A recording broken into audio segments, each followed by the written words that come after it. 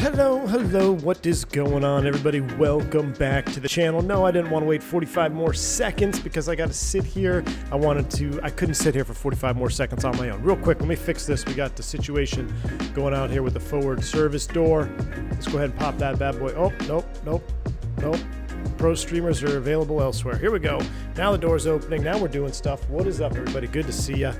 We are back in Microsoft Flight Simulator in the lovely F-28. Are you guys tired of seeing this airplane yet? Because I am definitely not tired of flying it. Now, I was going to be flying something different today, but this livery dropped, and I know it's not theoretically correct because I believe it was Mesa Air Shuttle flew these on the F-70 variant. So this is close. This is just a little bit more of a fun stream. We're going to do a little VOR stuff today. Again, we're going to get to see this airplane perform in the hot temps. It's currently 105 C out here in Phoenix Sky Harbor, or 105 C, geez, we'd all be dead. 105 degrees Fahrenheit, which I don't know what that is Celsius. Y'all can convert that, I'm sure.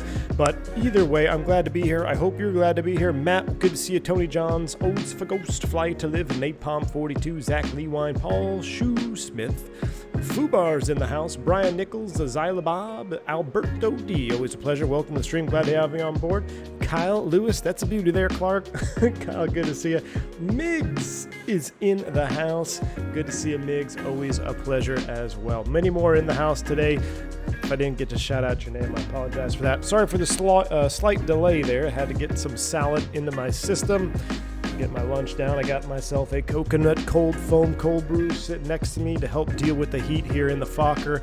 But we're going to do some high temperature, high density altitude operations today. So if you're ready, I'm ready. Looks like the catering is just about ready to be wrapped up, and we're going to get the flight crew over to this airplane and get this show on the road. Shall we? Jeremy Weaver, good to see you. Always a great day when V1 is live. Too kind, man. Always a pleasure to be live here when I can. Now, I have noticed YouTube has been doing some issues today.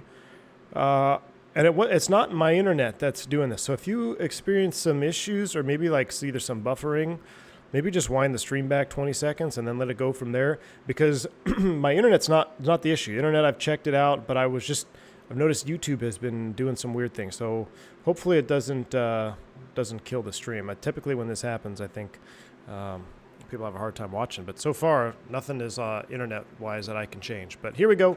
We're live. The catering is done. We're in the airplane. Let's get this thing fired up, shall we? V1, would you rather have GSX or BAE? BAE 146, 110%. Billy B16. Get the BAE 146. You will not be disappointed. I promise you. It's a phenomenal airplane. Now, I realized this whole time you guys didn't have audio there with the catering truck. All right, got the audio up for Microsoft. Got the sound on now for Microsoft, so it's not just quiet. Gary Shirt says, yeah, my YouTube loading time has been crazy lately. I don't know. Yeah, great shirt. I was watching someone else live, too, and I was having issues watching that stream, and I'm like, oh, boy, I'm going to have internet problems today. But I'm doing a solid upload right now. It's not on my end, which I've had it on my end before, so I do apologize if you experienced that. Like I said, just wind it back maybe 20 seconds or so. That might smooth it out. Imperial Moth asked, did I fix the Nav2 tracking issue? Uh-oh. Before I get to that. High desert. Oh, no. Cactus. You forgot the key word. 321 Neo dress landing in about 30 minutes. Thanks for the entertainment on this early noon start day. P.S. When you're done fucking around, you should try Korobi 788. Is nice. Wrong side sim dropping a $20 bank angle check. Wrong side, appreciate that, man. Massive dono. What a gentlemanly start you have today. 1:42 in the afternoon, you show up to work, and what do you leave? And leave at like 2:15? Man, I wish I could be management. Wrong side, I'm just messing. Thank you so much for the $20 bank angle check. Right back at you. I saw you fly on that 788 the other day. So the long haul to New Zealand is going to be kicking off here pretty soon. I'm just waiting for a day to do it, guys. I was really trying to do it on a weekend, but I just don't know if I have a weekend available yet. So next weekend I've got my best friend. I'm a best man at his wedding and his bachelor party, so I'm not going to be here. But we'll see. But I might have to fly the Kuro 78 because the the 330. I don't know. It didn't win in the poll, which surprised me. So we might actually have to fire up the 7.8 for our long haul. But thank you again, Wrong Side. Appreciate the support. Appreciate you. That Korean Incheon, is that napalm? Yeah, I don't know what that Korean fokker was doing over here, over on that side of the, yeah, over, it might be a livery issue, but that just might be in sim. Anyway, this livery, guys, how awesome does this old school America West livery? This was operated by Mesa Airlines, I believe this was Mesa, which would be air shuttles or call sign. That's why you see Alpha Sierra Hotel up there on the overlay, right over here. But either way, it's been hot. It's time to do a couple of things. So let's go ahead and get the forward passenger door open, and we're going to do straight GPU. Or I'm sorry, we're going to do straight APU power because we got to figure out what the OAT is. I'm telling you, it's probably pretty toasty. So first things first, battery 1, battery 2. That looks good. Battery is on. We're going right into a battery APU start. Oh, the nav2 issue. I need to check my binding here. So let's go ahead and fire this thing up. That's coming up, and let's go ahead and start you. RPM should start rising. There it goes. And I also need to turn down, like, southwest over there on the other side because he is loud. That's in traffic. So before I go into settings mode and mess with my nav2, I think we solved the issue. It is a hardware binding. What is the other thing I have to turn off for external traffic? Because I'm tired of listening to other airplanes just taxi around Toga all the time. Jeremy Harvey, good to see you. Super hot here in Utah. Yeah, it's a heat wave, man. I always have to Google temperature because I'm from Europe. When I hear 109, I think what someone said, I think it was like 40 C. I can do it here. Let me do a quick calculation for you. You'd think I have it down by now. So 105 C or 105 F is 40.5, about 41 C, about 41 C. All right, let me go ahead and get us on bus though. So that is up. We're gonna go Gen 3 on. We're gonna go APU air on immediately, and we're gonna just get both air conditioning packs on right now. I don't know. I know for start you have one on, one off, but I think for ground ops we can just run both of them because we need some air to the cabin as well. So we've got that up and running. I'm going to do a quick EMER alarm here. That's going to go there. We need to do a magic barrel ref key, which is 2-9er, 8-9er, 10-12 on the pressurization. So we'll come over here. We'll set 10-12 on the barrow, which is right about here. Cruise altitude is 19? I don't know what I filed. 20? So yeah, we filed 20. So 21 thou. 21 thou is set. Everything else is going to stay off for right now. Coming down to this testing panel. CWIS, we're in bright mode. Hide the yoke here.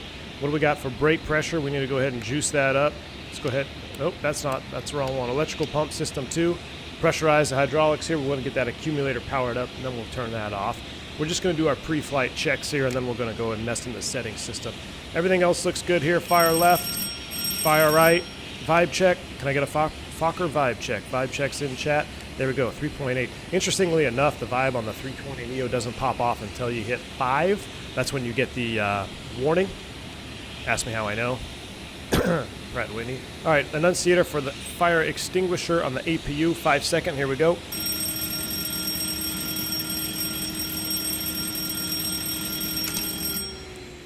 Oh, I just shut down the APU because we were on APU power.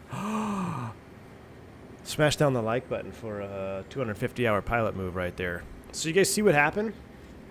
I just shut down the APU because I did the fire extinguisher test. Hopefully I didn't just blow the bottle. Hopefully we can restart this bad boy. So we were doing the fire extinguisher. Oh, we just cooked our APU, y'all. Oh, no.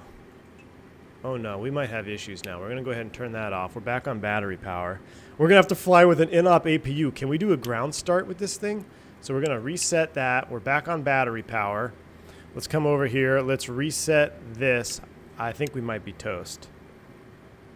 Let's go with APU power switch main. There it comes. All right, we're starting again. We'll be all right. Hopefully we don't get an auto shutdown.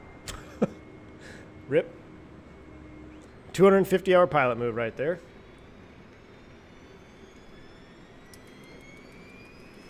Certified APU burn-off moment. So my FO did that to me not too long ago on the Airbus, actually. He did the fire test during the startup, and then the APU shut down, and then we had to do a non-250-hour pilot move to get it reset by turning the airplane off and back on. How are you supposed to do the test then, Jeremy Harvey? You should be on ground power and or you don't hold it for 5 seconds for the extinguisher light. So you can test it real quick. You can test the fire warning, but when it is operating, you don't want to hold it 5 seconds for the extinguisher and the shutoff, because that's what that's supposed to do, is to kill it. So it successfully killed it. We're back online. There we go. Gen 3. Gen 3's on. APU air is coming on. We're going to get both air conditioning packs on. We are powering, and hey, we're back at it. All right, so again, let's just do real quick. See, bell works, but do not hold that. Okay, lesson learned. That's why I'm not a real Fokker pilot. Nothing in the center tank here. We can do collector tank and test. That's good. And I guess you wouldn't have to do the test if you saw the collector tank needle move. There we go. Everything looks good on that panel. Quick fuel pump check. Boom, boom, boom, boom. That looks good. Coal tank is black. Lights are all off at this current time. We are on that sim, but I'm not going to set 22.8 yet because I don't want to listen to everybody talking just yet. So I'm going to bump the volume up, though. Make sure we get VOR 1, or VOR, Volume 1, Volume 2 on. We'll put that in standby. Radio Master 1, 2, gust lock is up, and we're all red. All right, our pre-flight checks are complete. We'll reset this master warning. Now, let's go into settings real quick. I need to test a couple of things. So we need to adjust the binding for nav1, nav2 core. So if you're having an issue like I am, I believe we found what it is. Now, I have my Bravo throttle quadrant being able to move the course, but I think we have determined. I'm going to just search, let's see, autopilot, vertical speed, autopilot nav1 hold, instruments and systems, flight instruments, VSI, airspeed. No, it's not there. Heading, back course, hold. What button is it? It's got to be search by input, plus or minus. Well, I don't see why that would do it.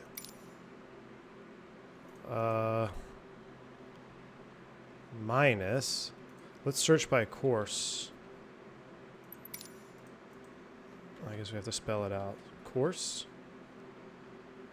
Autopilot back course hold, button 4. What is that?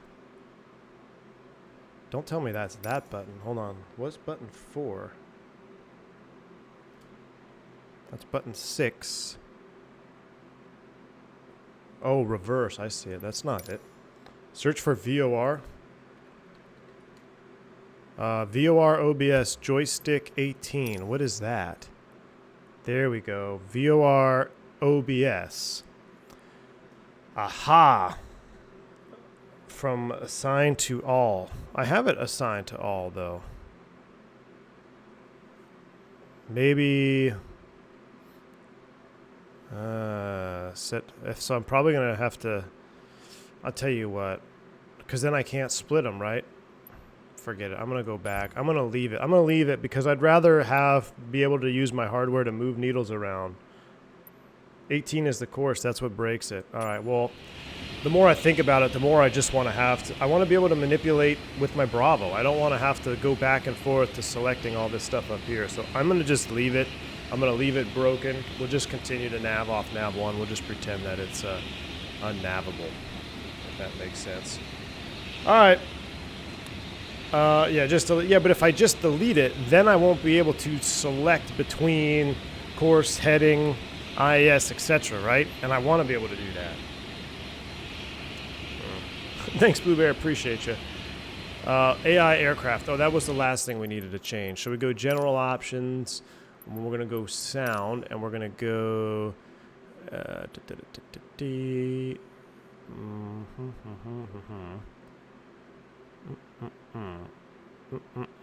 Nope, nothing here. Volume. Oh, here we go.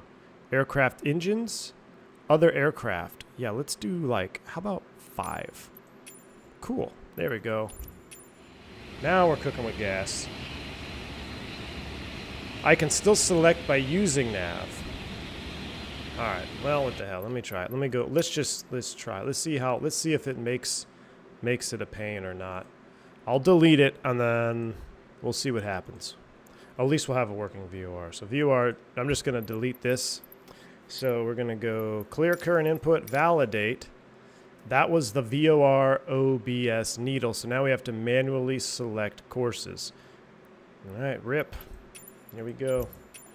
We're back at it. All right, everything else is good. We're looking good here. I think we can go ahead and, well, before we start boarding, let's go ahead and get our flight plan up. Pretty easy flight today. I haven't really looked at the charts. We're here in Phoenix Sky Harbor, 10-9. I'm going to star you. Yeah, I either have broken hardware, manipulable, or working, but doing both by hand. Hey, Chaos, good to see you. Yeah, that's what I figured. I mean, it's now I'm not going to be able to select the course on the OBS. Oh, well. Well, let's see. 18 is the course on the rotary, so it should be okay. Just need to manually dial in course. All right. All right. Well, I'm going to go with what you guys suggest on this one. All right, we don't have a departure filed on this particular day, so let's take a look if there is anything. We're going north. Our flight plan is pretty simple. Phoenix Victor 257 Drake. Now, I just don't know if there is a Buckeye 4. That's not going the right direction. We're going up to Drake. I know there is an RNAV that goes up to Drake. This is a non-RNAV, but it goes past Drake. I don't want to do that. That's a little too much work. Moby 4. That's pretty simple. We could do that, but that's mostly southbound. St. John's, Stanfield 9. Or St. John's 9, Stanfield 4. Let's see. No, don't want to do that one. Stanfield 4, I bet you that's south. All right, so we're kind of stuck. Mobile 4. Buckeye 4. Takes us out to Buckeye. I'll tell you what, let's look at Las Vegas arrivals real quick. Because arrival, we're coming in off of the Boulder VOR. Let me look at the arrivals into Vegas, and then we might be able to have a better chart. I'm trying to find a chart that has everything on it for us. That way we don't have to keep flipping back between charts on this flight. That is the one thing. Okay, so here we go. Drake, Kingman. We could do this. Off Peach Springs into Boulder City. Boom. I think we should do the Ishii 2 arrival. We're going to do the Ishii 2 arrival off Drake. Lark, we don't want you. Plumley, we don't want you. All right, so this is what we're going to fly, but we're going to go Phoenix direct Drake. So Drake is 14.1. We're going to put that in nav 2, and then we're going to put Phoenix in nav 1. What did I say, 14.2? Is Phoenix still 15.6? I haven't even looked it up, but I remember doing all the flight training out there in Phoenix. So let's go back here real quick. I guess you could just do a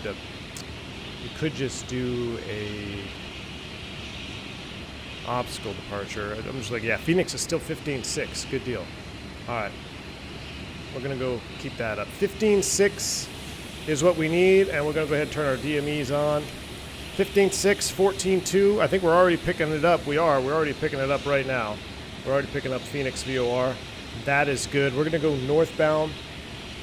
And technically the Victor Airway that we're supposed to join from Phoenix to Drake, it's a pretty simple one. Well, it's not direct, but gets us in the right direction. Let me get rid of Victor 257. So if I did Phoenix direct Drake, it's roughly going to be 330 outbound radial. So we're going to dial in the 330, and then we're going to start boarding because it's about time to get out of here. Oh my gosh, guys, look at the OAT. OAT 41C. What's our max takeoff today? 122. It is so hot, the max allowable thrust is 122 today. We're normally doing like 17. Jeez. Alfie Douglas, thank you for the 30 months of support. Welcome. He says, how we all doing today? Alfie, I'm having a wonderful day. I hope you're having a wonderful day. Welcome to the stream. Glad to have you on board, man. Let's start the boarding process. Now, that noise you hear is so realistic because that's the APU running on like full blast. All right, boarding is requested. They're going to start their boarding. Let's run through a couple of checklists here. I'm going to just run through mine. On the normal checklist, F28, maintenance status check, surface check, battery is on, the gear lever is down. Hydraulic pumps are off, radar is not applicable. APU, fire warning, we tested that for sure. Yes, we want to board both of them. APU starting on bus, it is. Flap lever is indicating up. Master radio switches are on. Emergency equipment, circuit breakers, and rain repellent. All right, before start, originating flight checklist is what we're left at next. Interior, exterior pre-flight check is completed. Oxygen interphone checked 100%. Emergency lights are armed. Air conditioning is both on. And that's pretty much where we're going to stop because we have to change that before start. So I'm running both packs right now, which I didn't see anything in the manual that prohibited that. Definitely for start though, you want to have one on, one off. Pilot's boarding starting.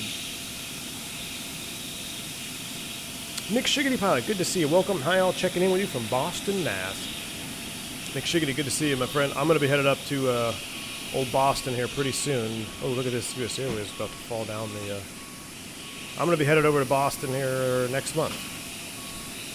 So, I bet the cockpit gets hot from all the sun coming in through the windows and air isn't that good on the ground. Jeremy, you bet, man. We have all kinds of charts and everything up in the windows. On days like this in Phoenix, even in the Airbus, if you go to Phoenix and you look out the window, you should see most of the Airbus cockpits are probably either got sun visors up or all the visors in the cockpit are down.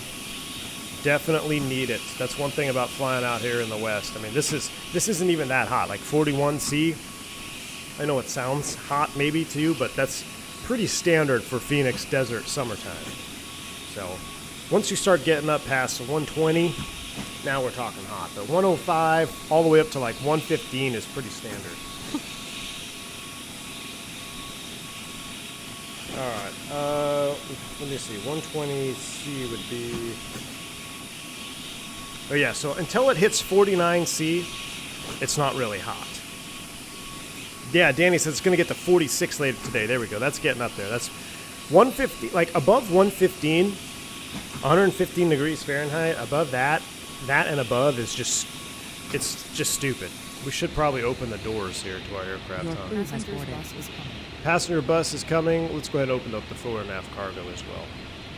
All right, there we go. That looks better, doesn't it? Your side stick might get warm. Yeah, well, good thing about the side stick in an Airbus, it's pretty well tucked away down there underneath the console, so it doesn't typically get very hot. Joe, you hit 116F in Phoenix yesterday. I saw something, too, where, like, the record low is the new record high. I think the coolest, a couple days ago, Phoenix set a record. The coolest it got was, like, 97 degrees or something. Is that right? Think about that. The coolest you got in a 24-hour period is mid-90s. That's where it really is not enjoyable, because I can deal with heat in the daytime, but when you expect it to cool off and that just doesn't happen, look at this little kid. He's so excited to go to the airplane. So, that's one thing I've been noticing about Georgia being out here now. Texas was the same way, just hot all the time. But, man, Georgia... nighttime, beautiful. Sun goes down, get in the shade. Oh, it's so nice. Today was extremely mild. I think it was like 75 degrees in the morning when I woke up. Like, wow, this is beautiful. Kyle Ferris, I didn't forget the boarding music. I was just waiting for someone to remind me. Let's go ahead and do a little boarding here. Everyone's coming on board. Let's go. I guess we could take a little seat over here. I'm trying to get a view of them coming up. There you go. That's the shot right there. I did get the latest update, so they fixed the logo light airborne. So I had a feeling, if you guys remember, I was like, man, I find that so surprising that logo light would stay on all flight. So it does indeed turn off at weight off of wheels. So basically a squat switch when the aircraft is airborne, it'll shut off. We'll be able to test that today because we do have the logo light option installed.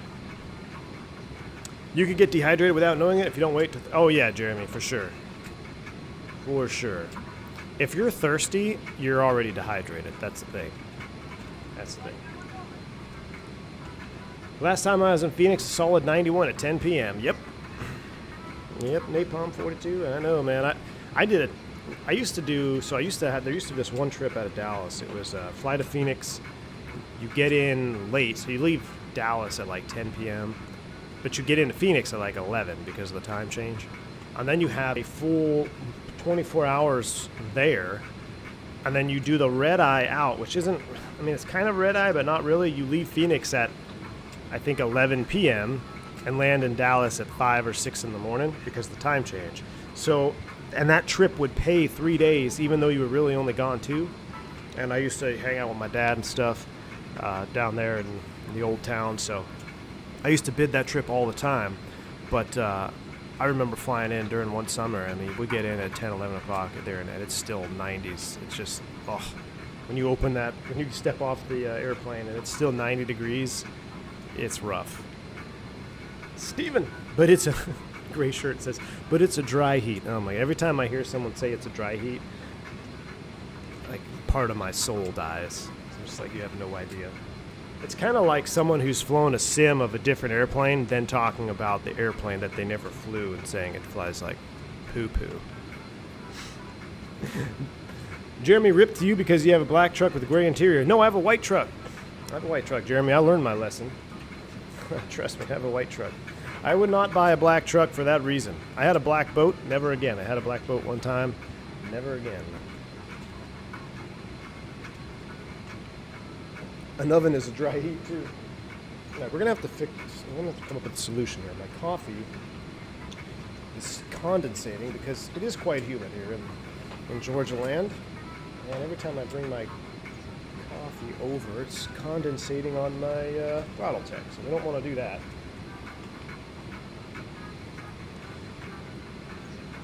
The nice part about coming from Phoenix, or coming to Phoenix from Lauderdale, is how dry it is, but then the thirst you feel is utterly primal. Hey, Aaron here. Good to see you. Good to see you. The Irish lad himself has arrived. Ali Sammy, good to see you. Welcome to the stream, man. Welcome on board. So on the tutorials JustFlight posted, they state that to conserve battery electrical load, they keep the nav lights off until absolutely needed. Yep, basically at engine startup. Exactly, none shall pass. So that's what I gained from that too. This airplane, when you think about it, the time era, or the era that this airplane was flying in, was well before the standardization of nav lights with the FAA. Now, I believe it started, probably carried into that because they were flying Fokkers late into the 90s, where I'm sure it was standard. But, you know, you go back to the late 70s, early 80s, it was a little bit different. Nav lights were only used at night, etc. So that's why all of our lights are off right now on the ground. We're waiting until we get ready to start them up. Whereas now, nav lights pretty much stay on all the time, especially if there's a crew in the cockpit. Even on overnights, on overnighting aircraft, a lot of the time the nav lights will stay on. I am Dimitri. Oh my goodness. Well, look with the cat dragged in. Howdy, partner. I hope all is well. Mr. Dimitri, welcome to the stream, my man. Good to see you. I hope you are well. I hope the fam is well. I hope the kids are good. All is well on the eastern front out here. Apparently we are becoming hobby farmers now, so we're getting all kinds of animals. But other than that, everything's good, man. Good to see you. Malteser, some in the 2000s? For sure. Any foo-foo drinks today? We just have a coconut cold foam cold brew. I don't think that's too foo-foo. It's pretty darn good if you ask me. All right, passenger bus is closing up. I think it's about time we get ready to get out of here. So we're going to put this back into the proper mode. One on, one off. That is set. We're on Gen 3 still. Everything looks good here. Pressurization is set. Boarding completed. Let's run through the rest of our before start originating checklist. Air conditioning, one off, one on. Pressurization set. Windshield heat, I guess it does call for this, which is crazy. Windshield heat is on. No smoking, seatbelts are on. Voice recorder check. Engine fire warning check. Chip whiz check. Instruments sync and cross check. Parking brake set. Anti-skid check. Fuel. Make sure we do have our fuel on board. Yes, we do have our fuel on board. Radios, radar, transponder set and standby. We're going to actually adjust that once we get out there to the runway. Speed brake in, lift dumpers in, TTC switches are in the takeoff position. Rudder and aileron trim checked, autopilot disengaged, ACAR set not applicable, flight recorder set, gear pins removed, papers aboard, thrust index is set. We're not flexing. We only get 1.2 on the thrust today. That is the lowest thrust output we've had yet, so that'll be interesting to see. And we are ready to go. So with that done, let's close up shop.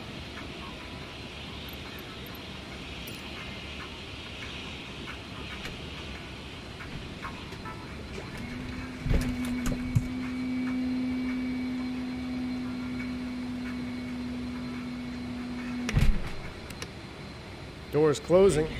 Hello, Captain.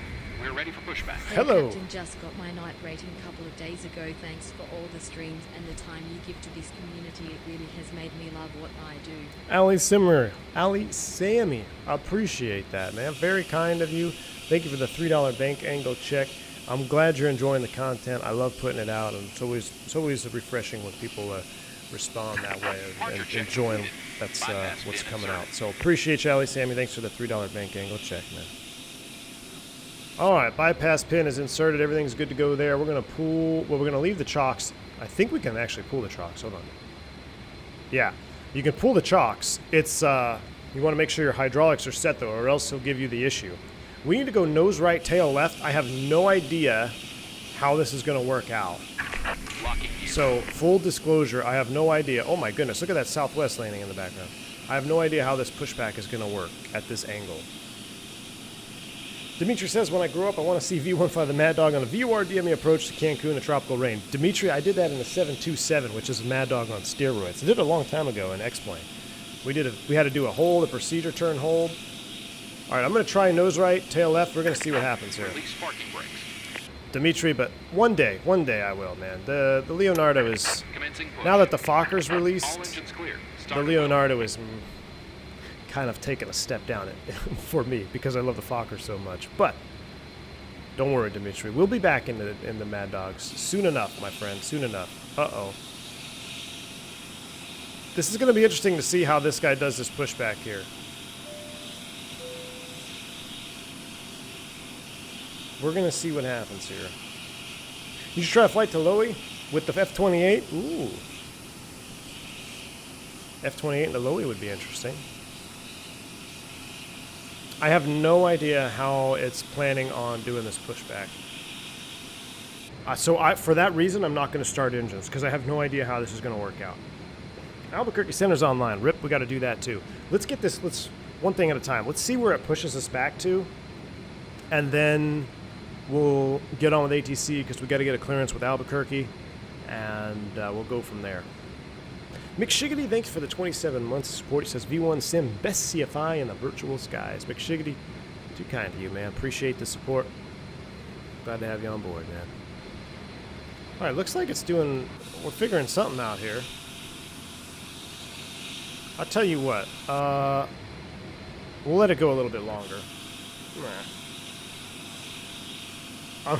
Looks like we got Dimitri down here in the tug. This is what happens when Dimitri shows up on stream for pushback. This is 110% a Dimitri tug driver down there. Dimitri, what you got going on down there? I know the smoke must be going to your brain up there in Canada land.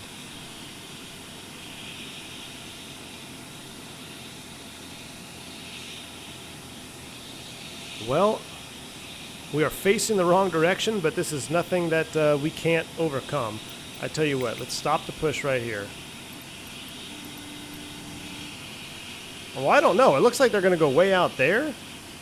I'm curious now. Now we're just going to let it go because I'm curious. And just on cue, Dimitri dropping a $50 bank angle check, man. Dimitri, appreciate that $50 super chat. Very kind of you. He says, I don't often watch streams these days, but when I do, it is V1 only. It's been a long time, friend. Dimitri, thank you so much, man. I appreciate that. Very generous donation, $50 super chat. Very kind to you, sir. And I'm glad you're still hanging out and watching the streams, even if they're on repeat, man. Appreciate you, or on replay. Cool deal. Dimitri, I still think, when I think back, I'm quite sure you were the first person to ever donate to the channel. I might be able to look back in OBS. I'm pretty sure you were.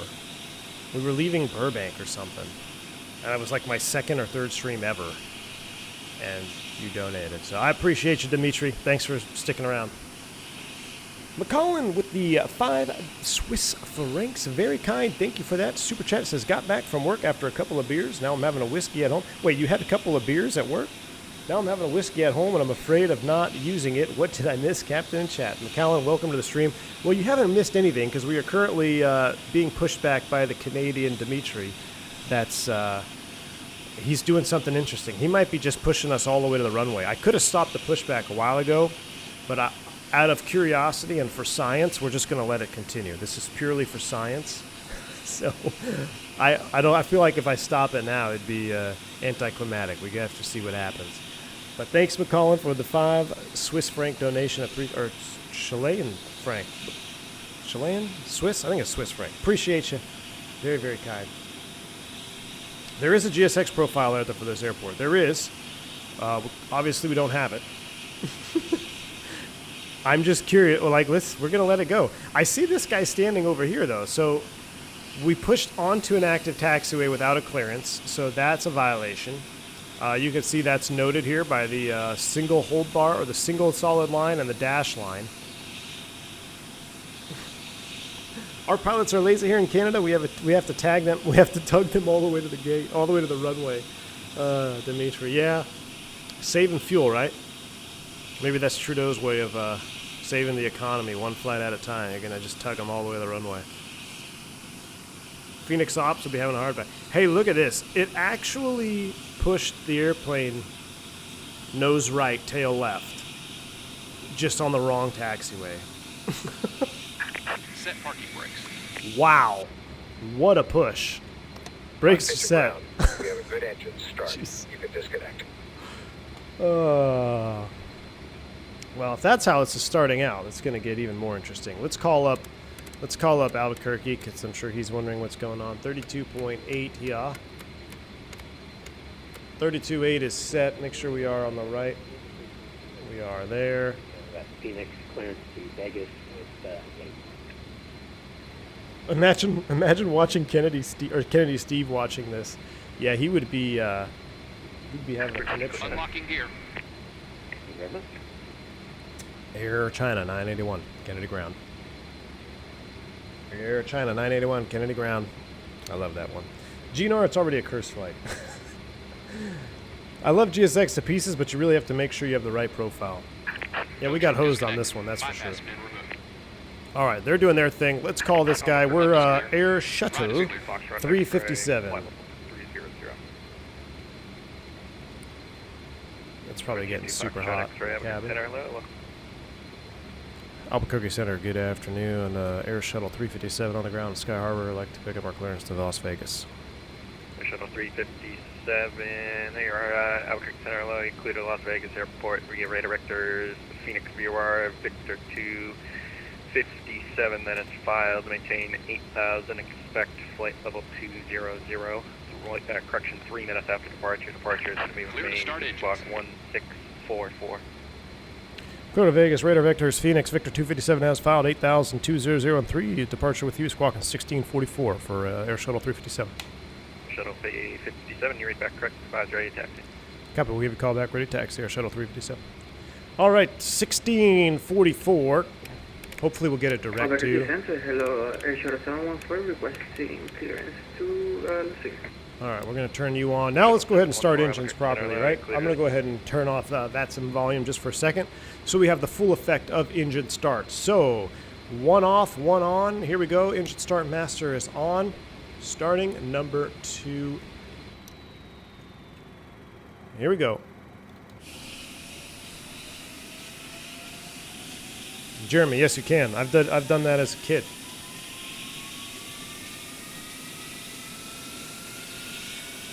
Or Dimitri said that. Yeah, Dimitri, I have. I used to fry eggs on the street all the time. Just for fun. And my mom got mad that I was wasting eggs.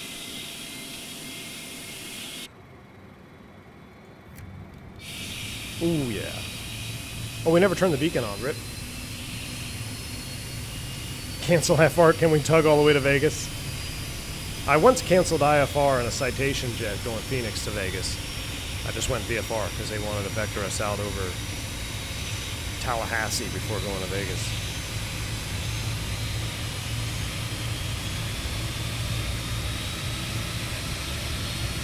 Oh yeah, Air China wasn't Steve, Jeremy? I thought that was him. All right, we got a good start on number 1. The start light is out. What I also forgot to do is fuel pumps. So let's do fuel pumps. Let's come back here. We'll do a little nav light and rotating beacon. There we go. Now we're in the proper configuration. It's okay. We're Air Shuttle. We do that all the time. Let's go ahead and start number 1. Oh, wow. I love this little Fokker. This is the Mark 2000, I believe, right? Mark 2?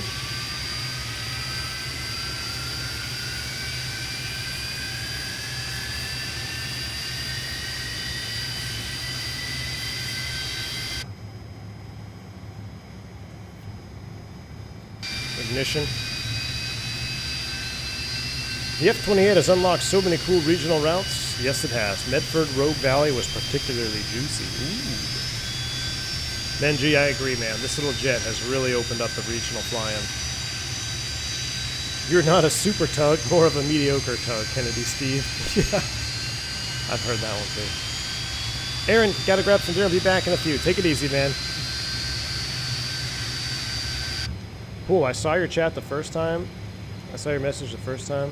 Obviously, I didn't pay you any attention, but we don't have any room for that behavior around here, so adios, amigos. Alright, that's coming to run.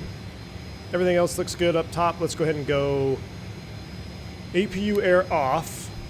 Now we're going to get 2 packs on via the gens, or better the gens, via the InGens. There's our drop of 10 PSI. That is good. Gen 3 off. And then we're going to stop this with the stop switch. There it goes. And it's falling down. And then we'll power it off here.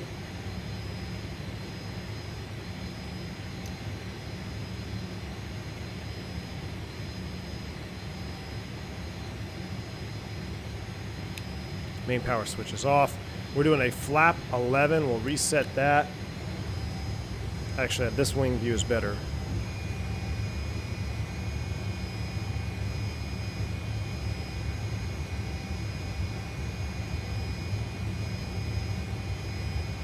Boom. Love that. Flap 11 is set. We do need to set our trims here. SMC right here. 21.2. That will automatically set it. We can bring up our charts now. At that point, we're 10-9. We're here on the ground in Phoenix. We just pushed onto the freaking taxiway. Charlie 11. The ATIS information is calling for 2-6 departure, so... hold on. Departing 2-5 right, 2-5 left, and 2-6 maybe. I'll request 2-6. Winds are calm, 10 miles though, so hopefully we'll get 2-6 for departure. I'll ask them. And, no worries, Dimitri. You're fine, man. 025, what's 3495? 3495, I told you about heading to join the Victor 257 Airway at Banyo. So you clear direct, I guess, at this point, you clear direct to Mayor. Let's do an after start real quick. Warning doors. Warning and door lights Mike, out. Alpha, this guy down India, Echo, Romeo. Warning and door light out. Electrical generators on. Checked. APU air is off. Starter master switch. Did we leave that on? We did. Starter master switch is off. Air conditioning and packs, or air conditioning pressure, both on and set. Anti-ice, definitely not required. Pitot heat is coming on now. HP fuel levers open. Fuel control lights are out. Taxi and takeoff. Yaw damper. Let's just do this here on the ground while we wait. Yaw damper, that's coming in. Flight controls checked. Now they are. Flight controls checked. Flaps are 11. Stabilizer trim set. Lift dumpers are armed. Collector tank indicators are black. Control cabin doors, we're going to leave it open. Shoulder harness secure, takeoff data. And bugs, I guess we could set them. Make sure we are going to do takeoff flaps 11. That is set. Perfect. Flaps 11 set. Bugs are set. Takeoff on the left, 058.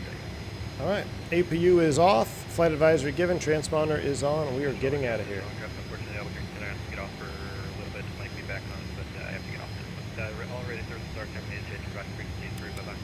All right, well, he just stepped offline. Rip. At least we got a clearance, so. 2. We'll go over to column 2. I guess we could do this. There we go. 122.8. And we're on 122.8. All right. Gust lock has been removed. All right, let's go. Sky Harbor traffic. Air Shuttle 357 taxiing to runway 26 via Charlie. You ready? Let's go. Taxi light is on, or that's extend, retract, and parking brake is off. Here we go.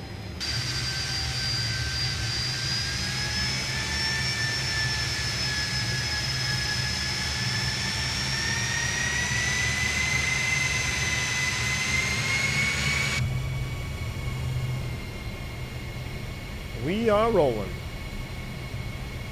Vamos, amigos. Now, I have to see, this is my first time taxiing with the Tiller update. I thought it taxied wonderfully before, so let's make sure nothing has changed. So what I can't do now is set my course, can I? No, it won't let me set my course in nav2. Alright, so we're going to leave it, we're going to just leave it be there, 330. That's basically a direct course line. That's not Victor 257, but we're going to just let it go for now. Ask myself this very same question. What's that? Does anyone know what the little orange button above the heading dial is for? It's a button, light Elvar's called heading 2 button, but I just don't understand what it's for. Is that to then have the airplane follow this heading bug on the second OBS? Or to toggle between the heading bugs? I actually don't know that either. That's a great question. Maybe someone in the chat will know. What he's referring to is this heading button right here.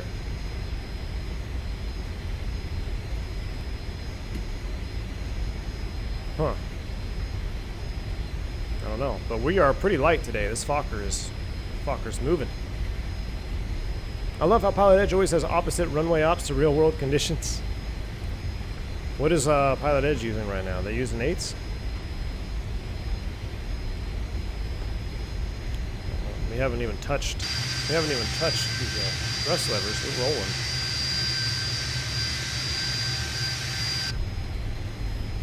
Don't mind that little food truck.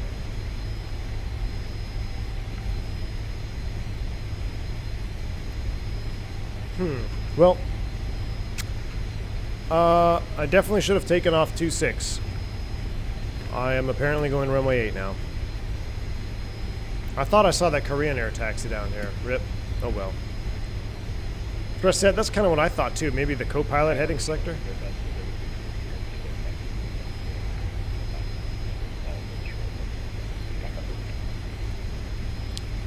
So we're going down to runway 8.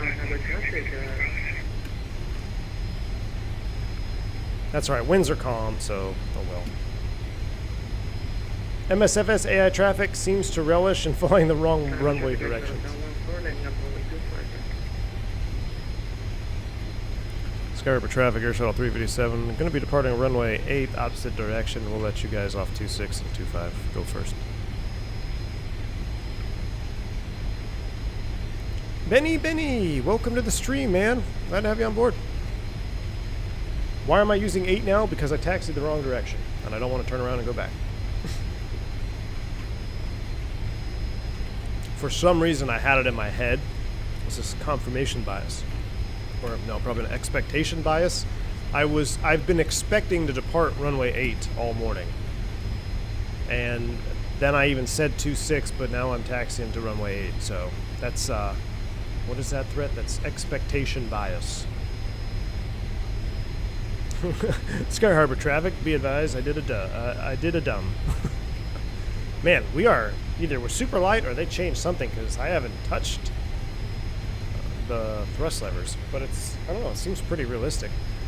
All right, let's go ahead and get the throttle cam up and running. We're going to pull up to and hold short. We'll get our flight director set. We'll get our little needles set up as well.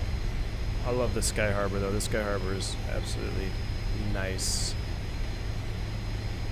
Alright, coming around here. We're going to hold short at Charlie 1. It is a skinny Fokker. You are right about that. We are in a different variant today. I believe, is this the 2? I think we're in the 2. We are not in the Mac Daddy of the Mark IV. Alright, holding short of 8 and 2.6 like a rookie. So let's go ahead and do a couple things here. We'll go ahead and set the brake. Let's go ahead and turn our taxi light off. And first and foremost, let's get an outside view. Make sure everything looks really juicy. It does. Get the camera set up for the positive rate. We want to be looking, we want to be looking this direction. So that looks good. And so for Phoenix Sky Harbor, let's look at our little OBS here. I'm going to set heading to runway 8, which is about 080. Right there.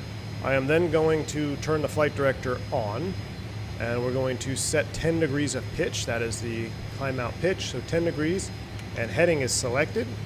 There we go. It's indicating proper direction. Even right now, it'd be to the right turn. but it should be pretty much straight out. After takeoff, though, we are going to fly to intercept the 330 radial outbound. It's not necessarily Victor 257. It's going to give us just a little bit of a shortcut.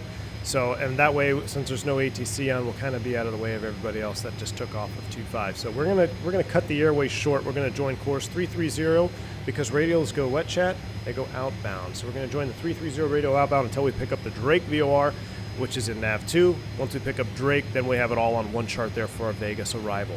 So that is a takeoff briefing. No more ATC. Let's just set our top altitude of flight level 200. Pressurization was set to 210. Everything else looks good. I think we're ready to blast out of here. You guys ready to go? If you're ready to go, get some I love the Fokkers in chat. Winds calm, severe clear, hotter than Santa's dump truck. Amen, Tony Johns. Sky Harbor traffic, Air Shuttle 357 departing on runway 8 out to the north, Sky Harbor. All right, brakes are released. Light them up. Let's go. Clear right.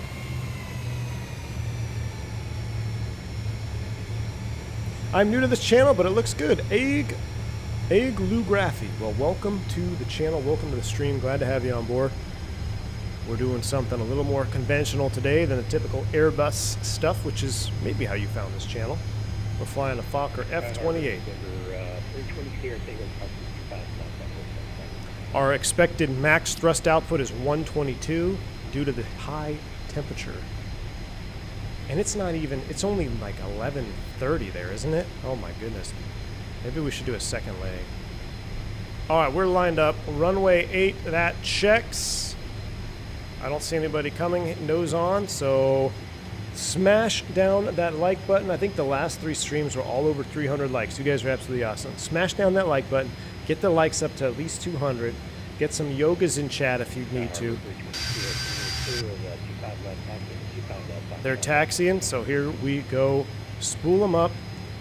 Sky Harbor traffic, Air Shuttle 357 departing runway 8, Sky Harbor. Spool them up, Fitty.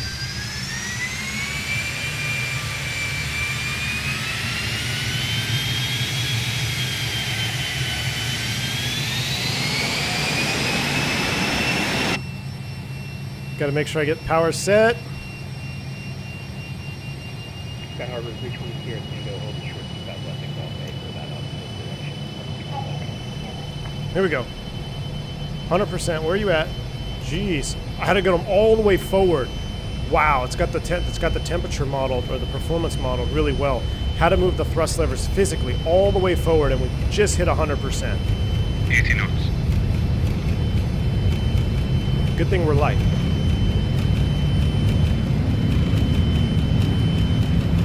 Rotate. This is going to be extremely loud on the fly with, so watch your ears. Positive climb. Gear up, fly with.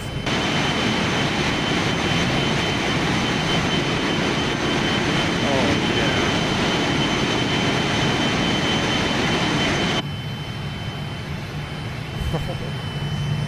Flaps up. I'm going to wait till 1,000 feet there. My FO's a little overzealous. Alright, there we go. 1,000-ish. Keep pitching up. I love departing Phoenix. I don't know what it is. I don't know what it is about this sim in Phoenix. I absolutely love it. Alright, TTC switches coming to climb. You can hear the engines come back a little bit.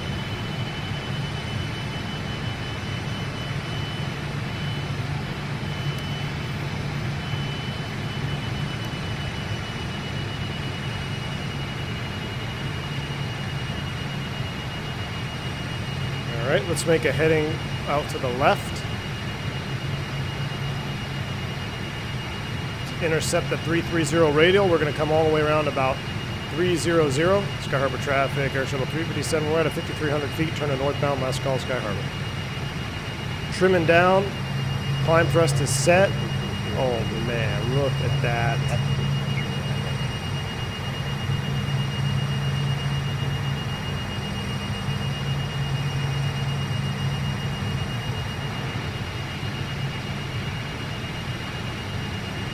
All right, we should be at 5 degrees here. I'm a little rusty, guys. I'm too busy looking at all the wonderful scenery.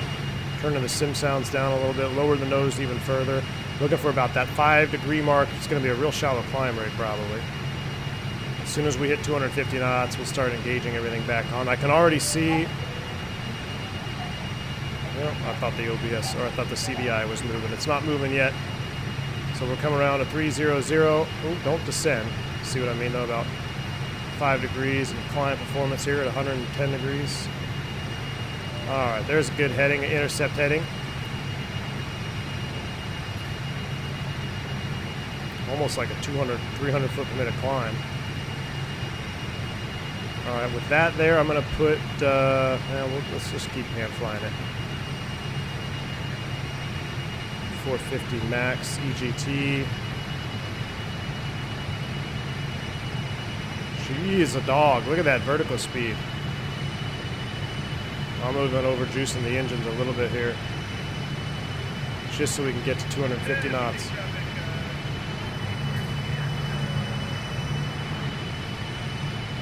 Alright, that's close enough.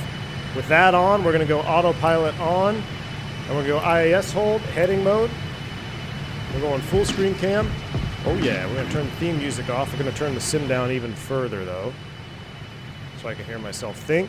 Alright, we're in a heading to intercept the 330 radial. Looks like we're passing the Phoenix 350 here on my on my little RMI. You can see that we're passing the 350, so we've got a little bit more to go on this heading. We're at a 7.8. We're in IAS hold, 250 knots. Our climb is set. We're just a little bit over 450 EGT. I'm gonna have to bring it back. So the TTC switches will only, I believe they'll only work when you're below 89% or something. Or I have to check in the manual. Either way, here's our CDI. Look, our CDI is alive. We're getting ready to join the outbound. I'm gonna go ahead and select beam mode on. I'm gonna put this in the Vorlock. Green on green. We're intercepting the 330 outbound. I'm going to roll my heading bug over there to kind of intercept, and we'll give you more juicy wing views here on Departure. There's Scottsdale Air Park off the right wing, I believe. Is that Scottsdale? Yes, it is. That is Scottsdale. Oh. What do we got over here? Deer Valley? Nope, no, we don't. I'm going to turn around.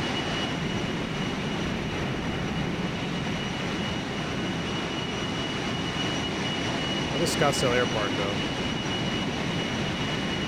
Flew many a citations out of there.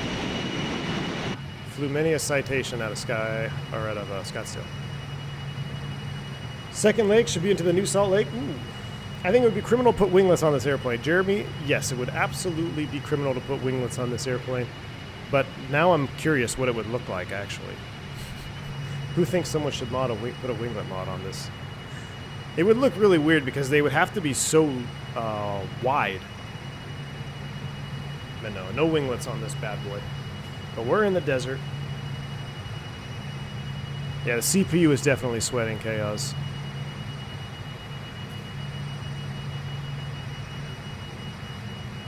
Widelets, yeah.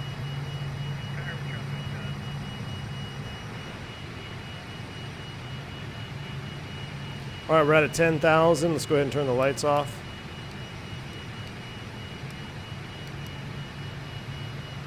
All those will stay on. All right, we can do a little climb flow here.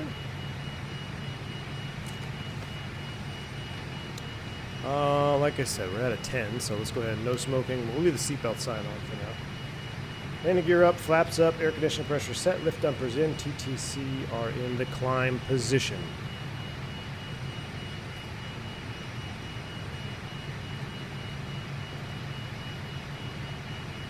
Looking good. Just under 250 knots, but we got 1,200 feet per minute in the climb, which is good.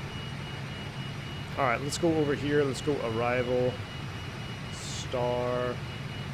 What did I say we were going to be at?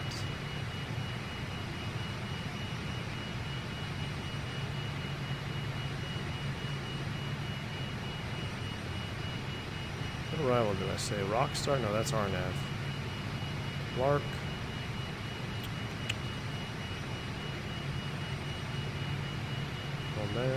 Cresso? Ishi. This was it. This is what we're going to do. The Ishi 2 arrival. off of Drake. 14-1. I have the wrong freak in there. 14-1. I'm surprised y'all didn't catch that. All right, we are intercepting nav 2. So theoretically, I should just be able to go straight into nav 2. Let's see if this works. I didn't have the right course though. Hold on. It diverted us to roll, which is good. I'm going to set course 327. All right, let's see if it navs on this one. This is to the Drake VOR. Alexa Rastas, thanks for the 27 months of support. What the fuck, another month? Keep up the good work. Appreciate you, Alexa. Alexi Rastas, thanks for the support. Another month down. Look at those badges. Keep that TGT high. We're going to have a cookout on the engines when we get to Vegas. You're going to have a cookout on them either way. That's for sure. TGT, I can bump it up a little bit, but I'm pretty much out of throttle. There we go. There's 450 max. I think I heard the D10 as well. So there we go. We're back in it. I need to pull up the manual because I got to see what that percentage is that it will kick off the TTC. So we're 14-1. We're climbing out. Let me give you a juicy wing view down here of Lake Pleasant. Did many maneuvers over here as an instructor when I was teaching out here, looking for fishing spots, turns around a point, all that good stuff. So let me, while you guys enjoy this wing view here, let me pull out the checklist. I gotta find the that limitation. Where would that be? Where would you be?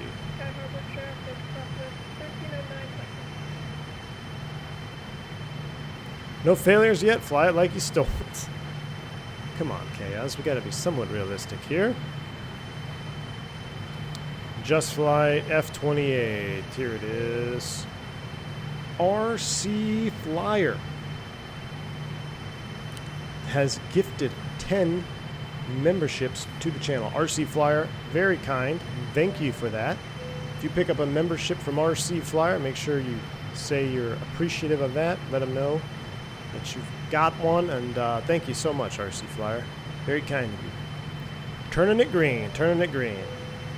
All right, here we go. Navigation, power and controls. Here we go. Top temperature control. Takeoff limits TGT to 520C when the throttle is above 80%, limited to 470C when the throttle is below 80% during engine starting. Climb.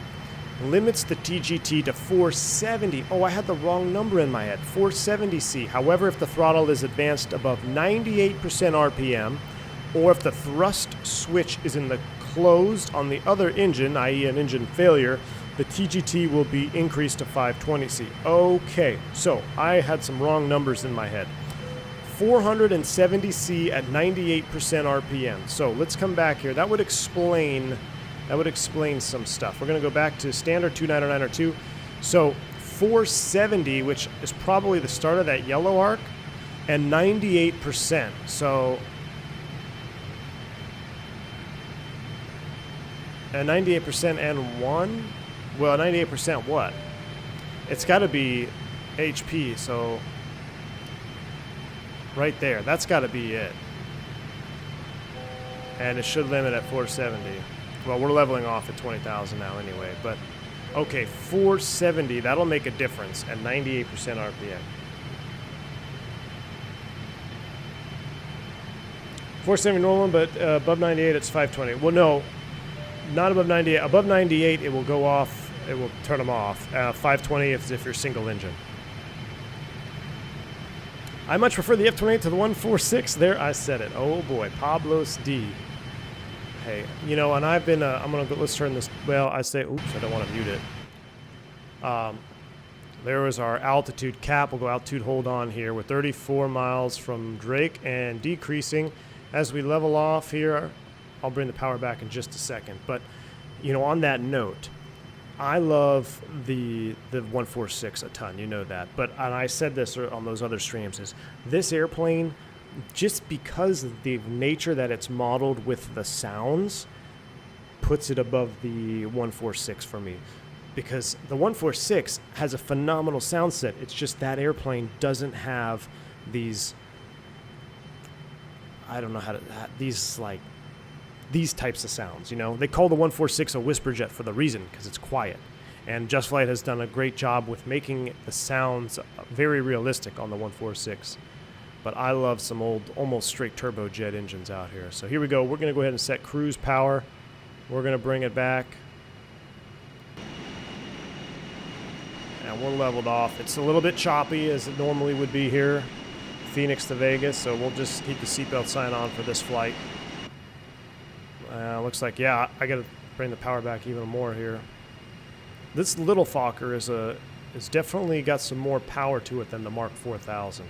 I feel like the Mark IV is more of a dog, which would make sense because it's got a bigger wing and it's slightly stretched. Whereas the Mark III has the new wing but shorter fuselage, so it's more of a rocket ship, or more performance anyway. All right, we're leveled off and cruise 20,000 feet. Enjoy some mountains here in the high desert. Oh yeah, look at this. All right. Straight pipe engines. Actual fighter jet engines on the F-28. Yeah, legit.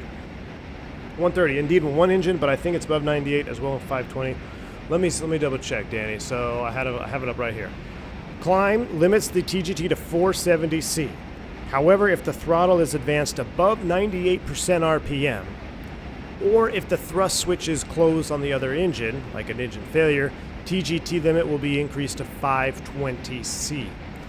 Okay, so it will limit it if the throttle is advanced above 98%, which to me that means like it's not climb thrust. Because 520 is your takeoff limit. So basically, it's like, it would almost be like, what's that in the Airbus? I'm drawing a blank now. Oh my gosh. Continuous? So it'd almost be like max continuous versus Toga. I don't think above 98% would be considered quote unquote normal. But because what would happen is if you go above 98%, you're no longer in climb thrust. But maybe you need that for getting over an obstacle or something. That's why it would be a 520, because at that point you're just limiting yourself to your climb or to your takeoff thrust setting at 520. It's kind of confusing on how it's written there in the manual, but you're right in the sense that if you go above 98, it will limit it to 520, but that's the same as just being in takeoff thrust. So I think you're meant to be below that 98% mark. That's also why you get that call out of set climb thrust to bring it back. But if you need it, shoot, let it rip. So is the Mark IV, the version 321 of the far? Probably, yes, Jeremy. That's how I would say. Now, I don't know per se on the engine rated, if the engine horsepower rating has changed. Oh, here we go. We're having the same issue, though. Look. We're in beam mode, but it's not tracking. It's not tracking it. So you guys lied to me. But it is a binding issue. You see, because it's not, the airplane should be turning. So like I should go, if we're in beam mode, it should go way out here, but it's not interested. That's all right. That's all right. After Drake, we're going to go to Kingman VOR, which is 1088. Now this will be a test here. If I switch this off, will we lose track? Yeah, see now it's kind of lost itself. 108.8. It's definitely a hardware binding issue, but I would rather just deal with it than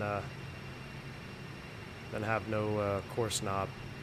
All right, 1088. Well, now it seems like it's tracking. What the heck? Well, we're within 5 miles. No, see, it should be going left. It's going right.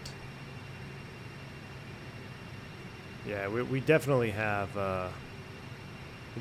issues. 1088. I don't know if we'll actually pick that up. We might be able to pick up Peach Springs though. Let me see real quick. 112. See, why are we doing all this turning? I'm just gonna go heading mode. 112 nothing. Peach Springs. 112 nothing. There we go. We got Peach Springs. We're going to go direct there right now. So I'm going to go back to nav 1, and we're going to reselect our course direct to Peach Springs VOR, which is about 300. We'll go beam mode. Now it's going to properly track. There we go. There's a to from flip on nav 2. We're going to turn outbound now direct to Peach Springs.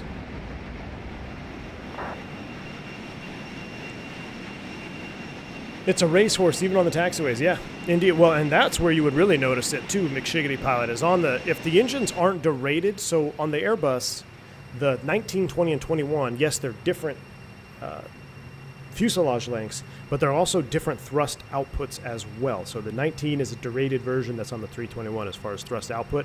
I don't know if the Fokker has that. If it's the same thrust on all 4 of them, that would be pretty impressive. I don't know if there's a difference in thrust output or if it's the same exact engine. I mean, this was before that they even cared about efficiency and saving fuel, so maybe it is the same output. I did select nav2 thrust set, yes. Trust. I know y'all are helping, but trust me, I'm at this point, I know how to nav 1 and nav 2 on autopilot and beam mode. It's not working on my airplane, and I have a strong feeling that it has to do with the nav setup that I have, with having all of everything being bindable, like the courses and the course line and all that. Even though I removed one binding, I bet you there's another binding in there that's also inhibiting that. But I would rather just be able to autopilot on nav 1 and be able to use my hardware, because I just hate scrolling with the mouse. I hate doing mouse wheel scrolling stuff. So I'm just going to leave it be for now, and then we'll go with it. But I know everyone else isn't having the same issue, so it's definitely a hardware issue. It's not the airplane issue, because the airplane will properly track on nav 2 with autopilot and beam mode. But for some reason, I have a ghost binding somewhere that's just is causing it to be confused. How often do you fly the entire SID in real life? Depends on where you're departing from. Depends on where you're departing from. Sometimes you do, sometimes you don't. It is a little bit choppy out here today. The 3 and 4 were a bit more powerful, but not by much. Okay, Lauren, there you go. There's our answer. So the 3 and 4, the Mark 3 and Mark 4 had different thrust outputs.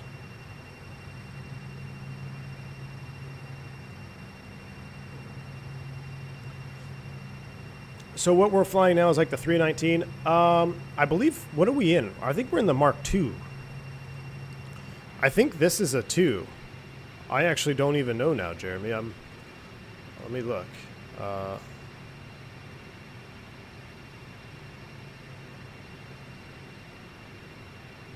What livery is this on? It's on a Mark II, I think. Let me see. Yeah, you don't want to sit in those rear seats for sure. That's what, I mean, you definitely get a headache for sure. Yeah, this is a Mark 2000. This is a Mark II. We're in the 2 today. 250 knots. We'll give it a little bit more power. And cruise. There we go. I like how our EGT's cooled off, even though our power setting is a little bit higher once we reach cruise altitude. That's pretty cool. Hyped. Oh, Thomas Ray is in the house. Thomas Ray and hyped for the DCS C-130J. Also, fun and odd fact, the graves of Richard and Catherine Dotson on active runway 10 of Savannah Airport. Really? They're on the active runway in Savannah? I did not know that, Thomas Ray. Well, welcome to the stream. I, too, cannot wait for that C-130J and DCS. We'll probably, I tell you what, we're probably going to have to fly it on this channel, because the C-130 is basically, it's going to be fun. We'll think of some good streams for that one. I can't wait for that one, too. That's going to be legit. Mark 2000 was kind of a weird in-between. Only one overwing exit, but a longer body. Still the short wing, but lower MTOW. So that would make sense if you have the same wing. So you have a shorter wing, but a longer body. You're adding weight, not increasing the lift capability. Therefore, your MTOW is going to go down. That would kind of make sense. Speaking of engines, you see the ECAM fault? Jeremy, oh yeah, I did. Sorry, man, I did. Probably by now you know I'm pretty terrible at responding. Not only to Discord DMs, but also to text messages. Drives my wife crazy. So, but yeah, I did, Jeremy. I've had that fault in real life, actually. That's a FADEC issue. I've had a overspeed protection fault. I've also had a whole FADEC failure as well. But that fault that you showed me, Jeremy, that is specific to the IE. Because, no, it's not, actually. Not specific to the IE. Or is it? I can't remember. The one that I had one, the FADEC. I had an N1 mode failure of the FADEC, which was similar. That's an IE engine only, obviously, because it's N1. But the overspeed protection, I believe you have that on CFM as well. Man, it is choppy. We're just going to leave that seatbelt sign on, though. We'll use an AC-130 to deliver some humanitarian aid to some bad guys. There you go. Ah, you can look him up on Google Maps. Interesting. Oh. Miss V1 is here. Yep. Speaking of, has she texted me? No, she hasn't texted me yet. All right, good. Let me go look at my phone. Only 10 Mark 2000s were made, plus 2 6000s later converted to 2000 standard. Yeah. Very interesting. Lauren V2500 is busting out the facts like Office Max.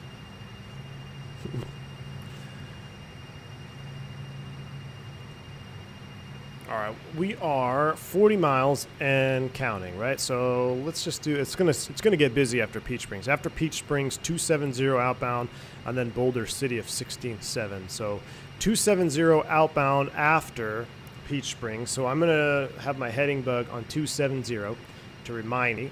270 set. That'll be our outbound course from Peach Springs. From there, that takes us to Petty intersection 14 at 250,000. We're at 20014. That's 612, 18 miles. So just after passing Peach Springs, we're going to start down, and we're going to cross that at 14,000. Then Ishii inbound is going to be 277 off the Boulder, which is 16.7. So we can get ahead of the game here by getting 16.7 already dialed in.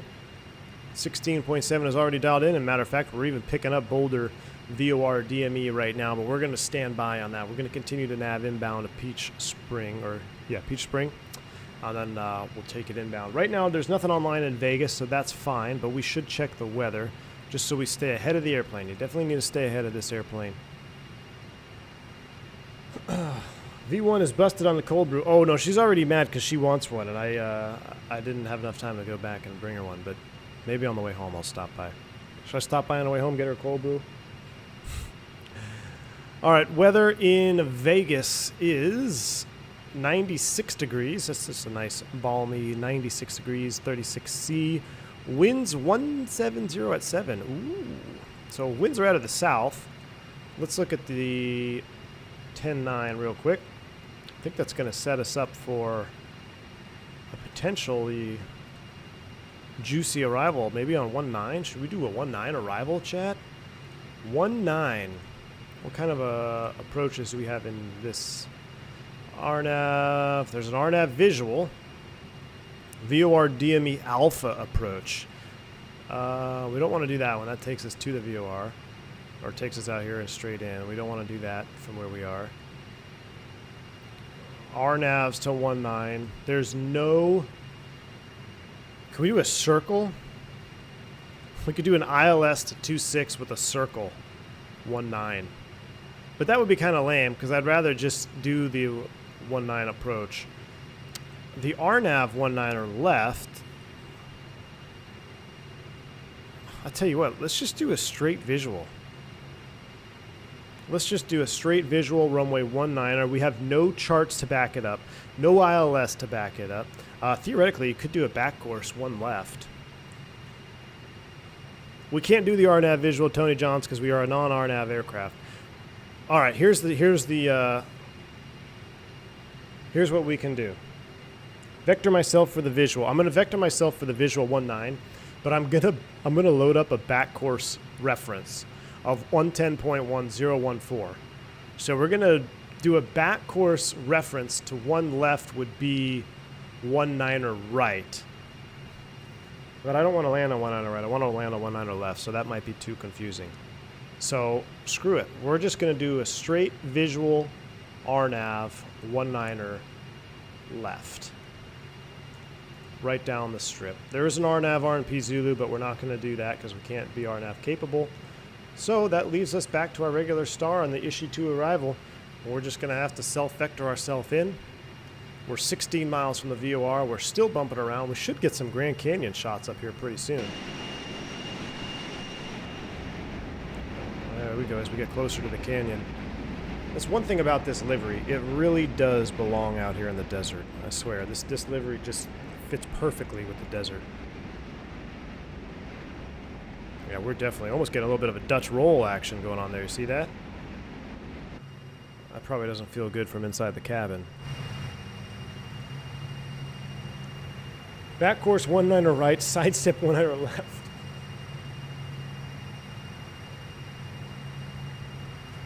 With an overspeed protection fall, does automatic start still available? I'd have to look it up, Jeremy. Probably not. Because you'd have to do a manual start in case of a runaway, so you could abort it. I think the airplane would start, but I don't know if it would be in the SOP or not. I'd have to look it up. It might also be the beam mode being overtuned.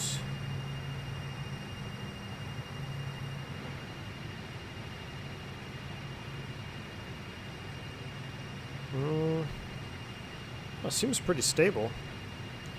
8 miles out. I think it's just Microsoft Turbulence doing Microsoft Turbulence things. I've been obsessed with this airplane. There's something special about it. A tiny engine, steam gauge liner done right. Cameron Rich, I couldn't agree more with you, man. Couldn't agree more. This is the 6th stream in a row with the Fokker. And I would legit fly it for another week if I could, but I know y'all get tired of seeing it. I already know it only applies. This airplane only caters to probably a third of the viewership on the channel because it's not a modern tube liner. But sometimes you just got to fly with what you're having fun with, and I am having a ton of fun with this airplane. Will the wiggling go away in heading mode? Well, I'm not in heading mode. I don't want to switch. I'll switch to heading mode now. Nope, we're still wiggling. We're still wiggling. We're going to 270. We're going to track the 270 course outbound. So let's dial this in since we're in heading mode now. 270 outbound. We're in the cone of confusion. I'm going to give myself a little bit of an intercept, maybe 295. Ooh, we need a little bit more than that. 290 on the outbound. Heading to intercept the 270 course. Looks like our course line is live. Beam mode active. VOR lock engaged. We are tracking outbound. Our next step down is going to be 14, 14,000. Maybe we'll get out of the bumps. So let's start down early, shall we? And we're probably going to slow down for the bumps. I'll tell you what. I'm going to bring the power back until we get to about 250 knots, and then we're going to step down to 14,000. A little bit of Grand Canyon action off the right.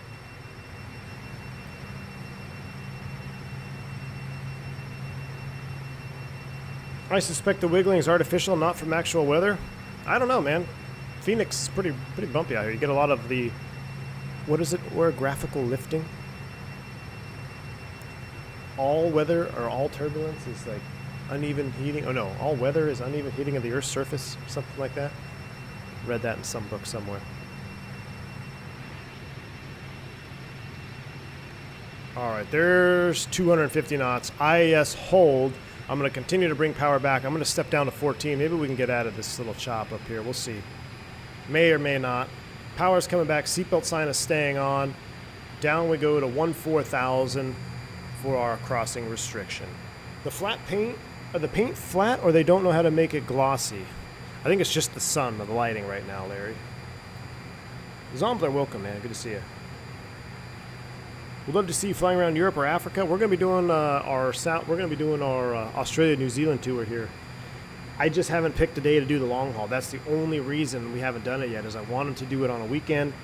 I was thinking about doing it this past weekend, but I got stuck on a trip that was supposed to be a day trip. Got turned into a 2-day trip, so that went that opportunity. I'm not here next weekend. We might be able to do it the weekend after that, but we might not. So, actually, no, because that's my daughter's birthday. So. We might just have to do it on a weekday.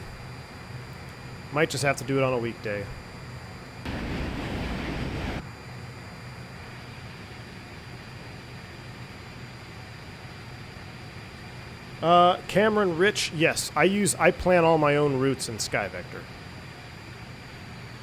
We're going to continue to come down, reset the barrel. We'll hit the silence. For DH, we'll just leave it at 200 for a reference.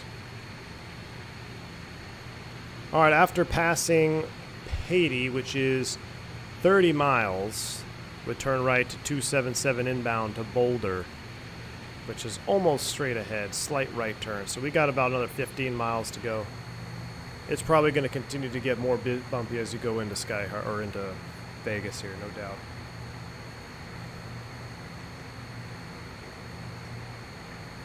Do it on a Monday or Friday, I can join. We might have to do it on a Monday or Friday. It's going to be a long one. I can't believe y'all voted for the 787 over the 330 Neo. I was really hoping the Aero... That's another reason why I was kind of delaying, too. I was really hoping the Aerosoft 330 would be out by now. Gib, thanks for the continued support, man. 4 months.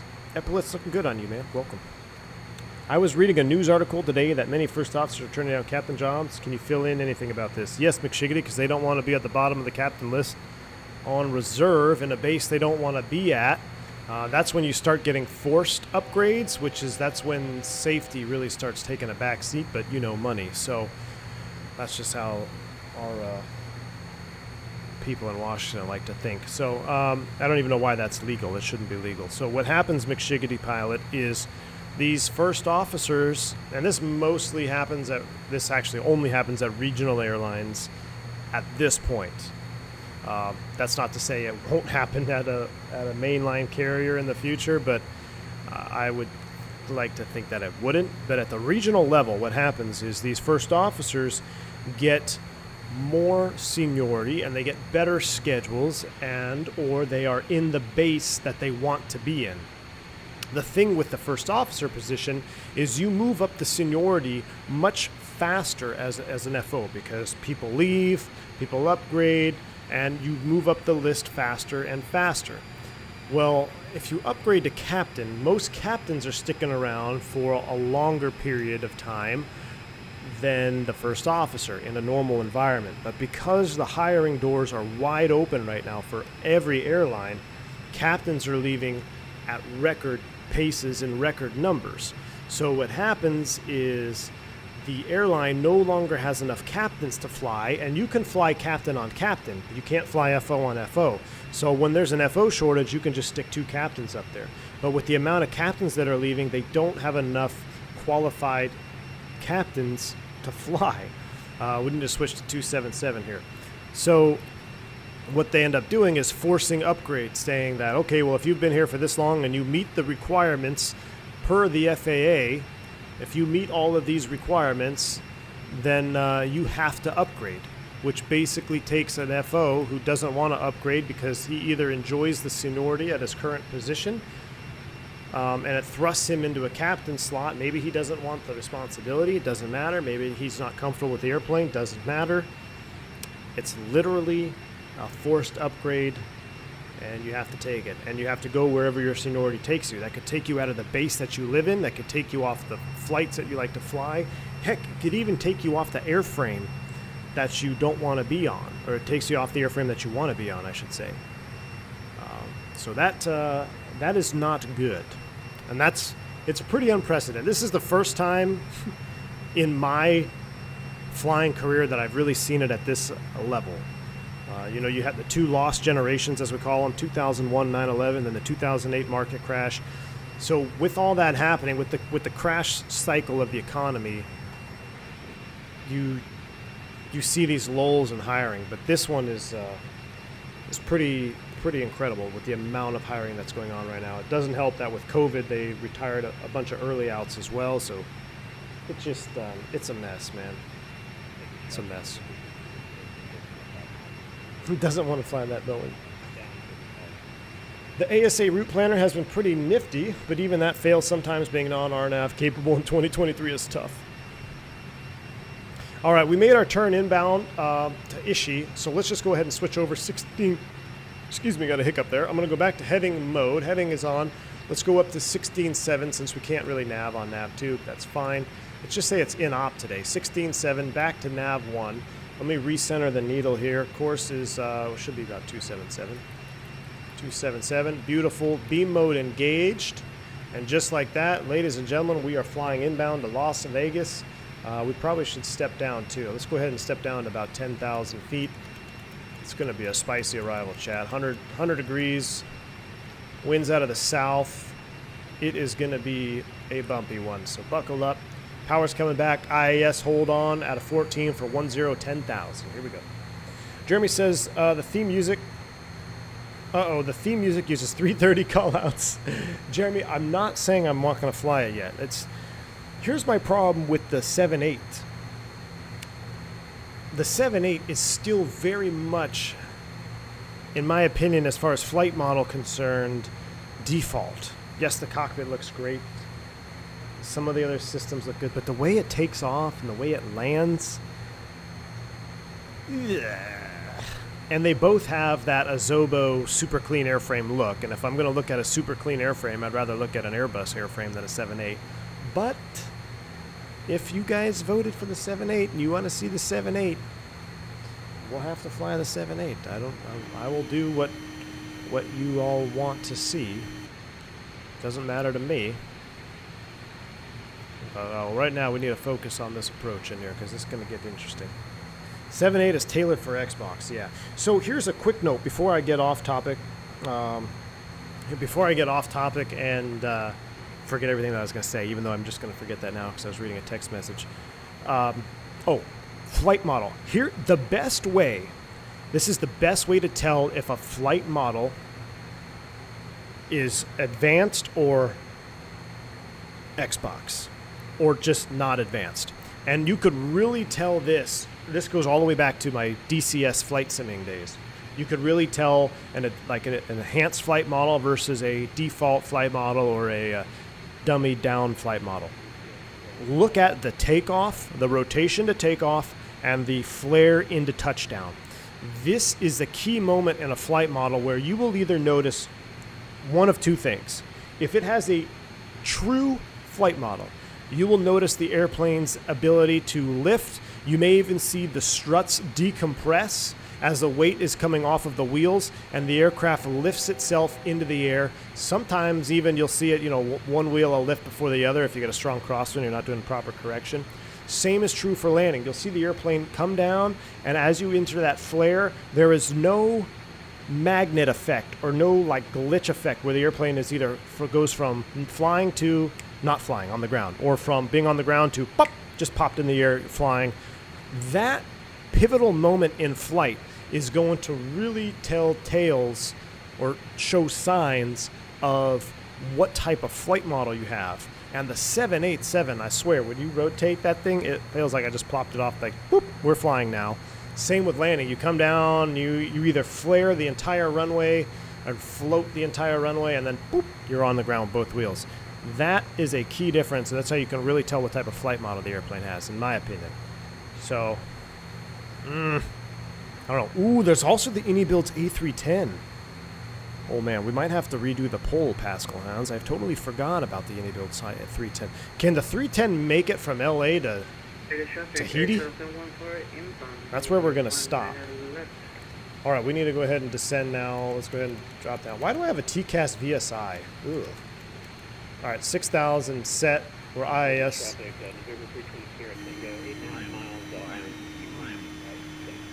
Don't worry about that. Hold on. Stand by. We shouldn't even know that. We're going to go TCAS VSI. We don't need any of that nonsense. Horn silence. All right, let's go into heading mode. We're going to vector ourselves for the strip. 300. We'll go. Oh, look at that. Look at the dam down there. You're in the 310 waiting for me in Vegas, Team Vodka? What, the Airbus 310 or the Cessna 310?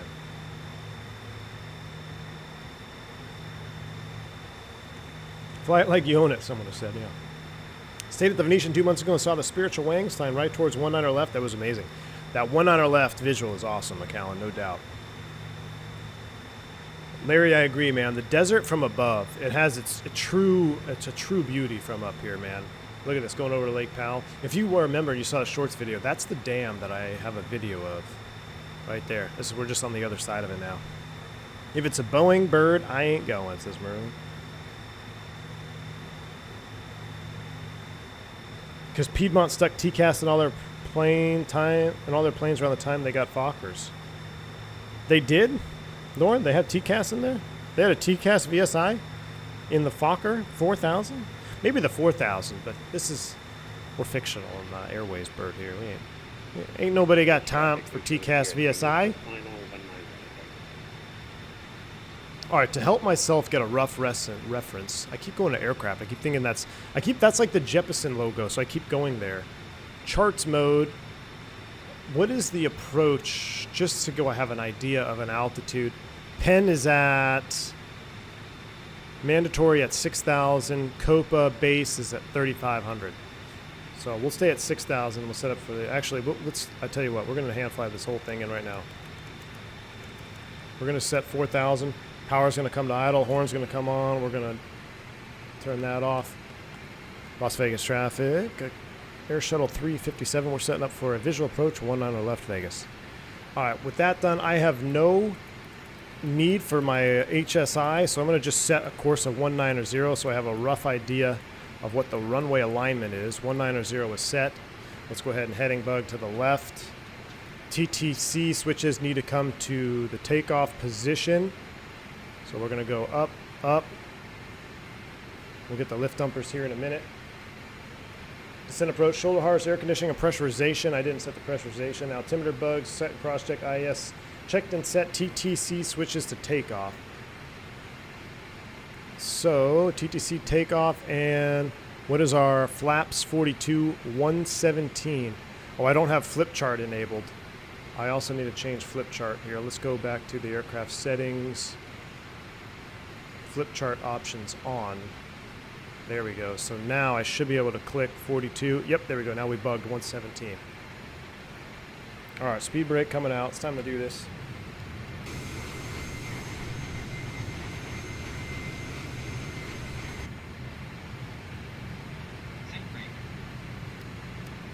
Well, it doesn't like, you just shouldn't do that right over the terrain there. Why am I getting a glide slope warning? I'll tell you what we're going to do. We're not even on an ILS.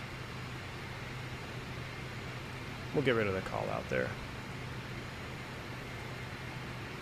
All right, here we go. Autopilot's coming off. Oh, recording. Air Shuttle 714, currently 10 miles, runway 19 left. Oh, he's 10 miles out. Taking traffic November 324, Tango clear 19 right, going to signature of the hotel. Las Vegas traffic, Air Shuttle 357. We're on RNAV visual, or we're on a visual approach 19 left, about 10 to the north. Vegas traffic.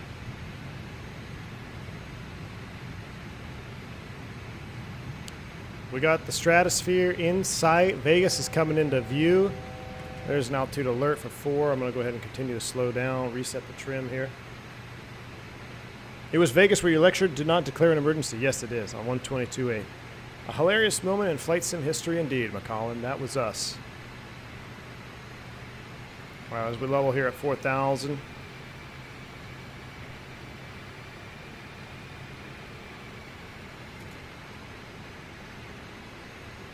Runway in sight. We're going to keep flying to the stratosphere, which is just off the nose. We should be doing this approach at night. We should get the smoking sign on too. Or off. No smoking sign on. Flaps 11. Check.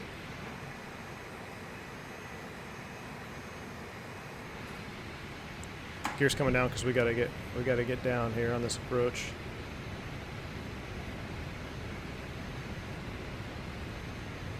Oh, Vegas coming into view, looking good. I need a little speed brake here to help me slow. Speed brake's coming out. More trim. All right, there we go. Flaps 25 selected. Making the turn in here. We'll arm you. Lift dumpers are armed. I can turn the flight director off, not using it. Runway in sight. All right, here we go. Full flaps. Oh boy, that Fokker is landing. There's a Fokker off the right-hand side. He's landing on the 19 right.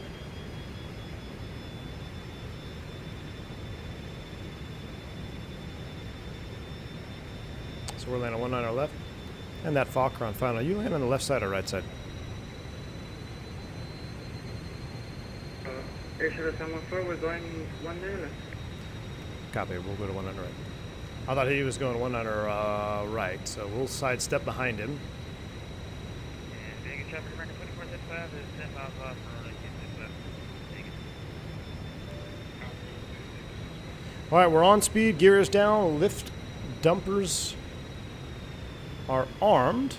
A little bit high. We're looking good, though. Cabin is seated. I did see that Fokker. Yeah, he's on the left side. I thought he was laying on the right side for some reason. Nope, we're not going to land on the taxiway.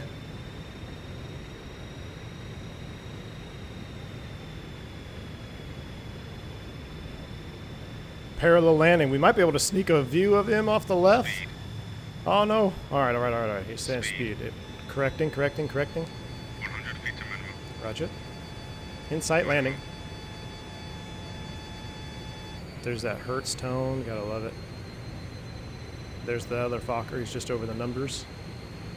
Nice little crosswind here. Start bringing it out. Spoiler out. Get that little D-crab in there. Don't float her out. Just kind of set her down. Ooh, we kind of messed that up. All right, lift dumpers are out. Hold that nose. A little aerodynamic braking on this one. Oh, this is going to look good. I'm really milking that nose wheel.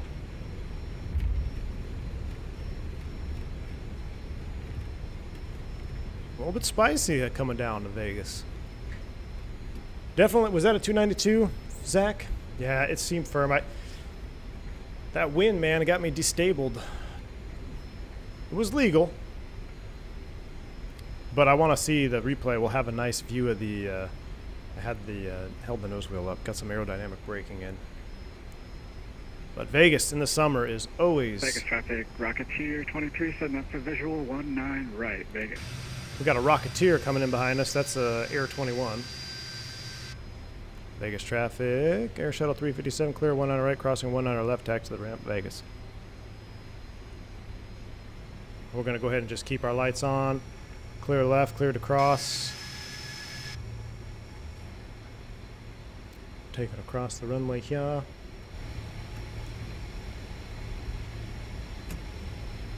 Rocketeer's PVA. Oh yeah. Where does PVA go? Where does Rocketeer go from here? Is there a route out of Vegas? I do have the Air 21 livery installed. We could take Air 21 out of Vegas. All right, let's clean it up. Let's stow them. I'll go over here. Flaps coming up.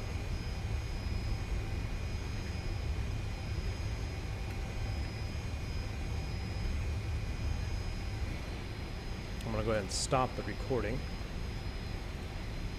Clear to cross. Lauren's favorite phrase. Hey, everyone uses it in real life still. Vegas traffic, Rocketeer 23 is about 10 miles out, visual at 19 right, Vegas.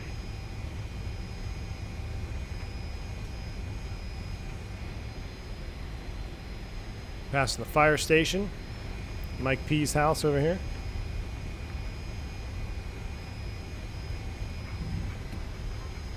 Music is cued on. I gotta love that.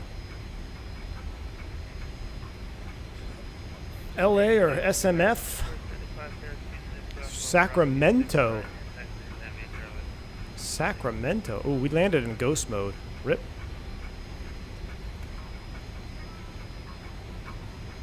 Well, this truck is in my way here. That's alright. We're a little Fokker. We can go between them.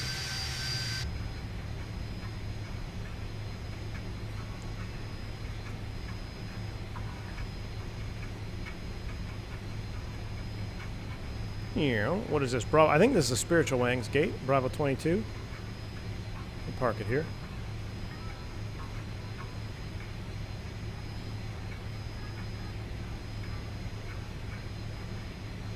The problem with getting Sacramento is I'd have to restart the sim. I don't really want to do that. Oh, a little bit short.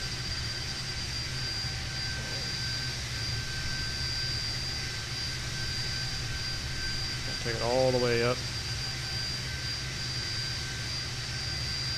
All the way up, right there. Ooh, that one looks pretty good. Brakes are set. We have accumulator pressure. We don't have an APU, but I'll tell you what. Should have started that.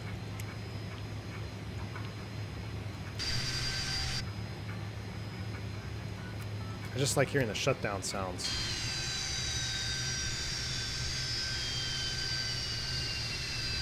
FSLTO, show both of you as United 220s.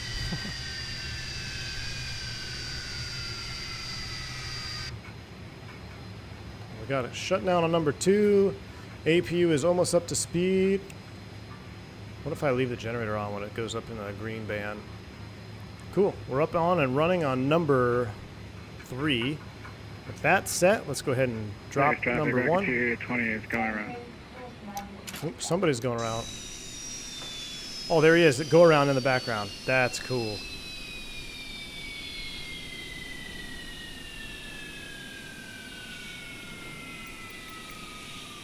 Let's see if they'll go ahead and do their thing. The boarding requested.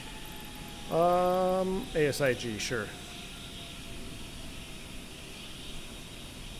All right, Jetway's going to come over. We can go ahead and pop open the door. Forward packs door, we'll get these open. We'll kill the beacon light because we have state saving. We'll kill the strobe, nice strobes. Ladies and gentlemen, welcome to Vegas. Salt Lake Delta 6 arrival of the Kennecott Mine, Antelope Island. Passengers deboarding starting. Salt Lake does have a pretty nice view, but that might take a minute. Hold on, let me look at Sky Vector real quick.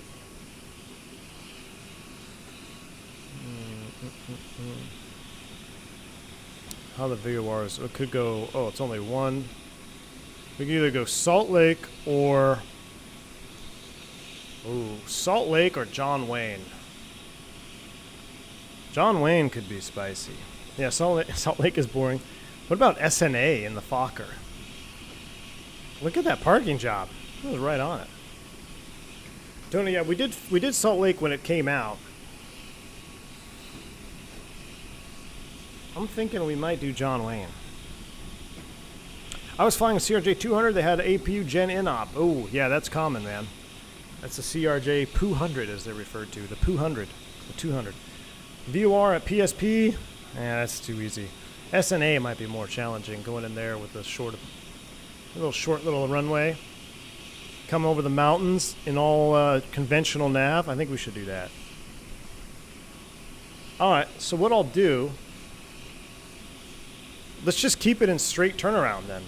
I'm going to save this replay. We'll watch both replays at the end. So I'm going to save this one, KLOS landing, F28.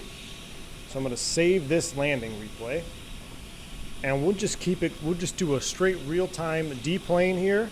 And I'm going to load up the flight plan to John Wayne. So give me a second. Las Vegas, KSNA. I should be able to just show you this on the screen cap, but this shouldn't take long. We'll go Vegas, SNA, only like one changeover. We're going to take most DME and distance off of the Vegas VOR.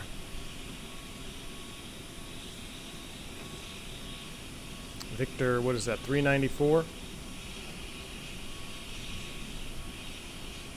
To Daggett. Oh, this is going to be spicy. All right, I like with the Emlyn 1. We'll copy that. Let's go sim brief. New flight. Aaron says, I'll join. All right, load it up. Juicy approach at the Duke. Aaron, I am sitting at gate Bravo 16, I believe. Bravo 22. Well, since we're in proper turnaround here, let me properly configure forward and aft cargo. I'll tell you what, we'll get ground power and chocks on as well. The deplaning process is doing its thing. Let me do a proper checklist shutdown here. Ramp for a through flight, electrical as required. Let's go ahead and do our proper APU setup here. Let's go ahead and turn one off, one on. APU air is on. That's coming on. Looks like the generator is ready, so I'm going to go external power on. APU generator off, so I'm going to run the air from the APU only, but electrical from the ground power system. So that's how we're going to run that configuration. I can go ahead and turn off no smoking and seatbelt. That should have been off. We could have turned off the pitot and vane heating. We'll turn off the window heat as well. And we are depressurized, aren't we? Let's go ahead and lower this down a little bit, though. Field elevation was like 1500, so we're about right there. Anyway, we'll continue on with the through checks here. Anti-ice is off, pitot heat's off, radar transponder. Standby. Flaps are up, speed brake in, lift uppers, HP fuel valves, booster pumps. Those are out there running. Turn those off. Get our 2 caution lights, forward and aft. That checks. Anti-collision light is off, nav light is on. We'll leave it on for right now since we're through flight. Yaw damper. Does that come off after landing? Yes, it does. Yaw damper is off. Flight controls, we'll lock it with the gust lock. Gust lock is set. Park brake is set. We are in turnaround state. Throw away that checklist for a minute. Reset the caution. Go back outside here and let me file this flight plan as we deplane.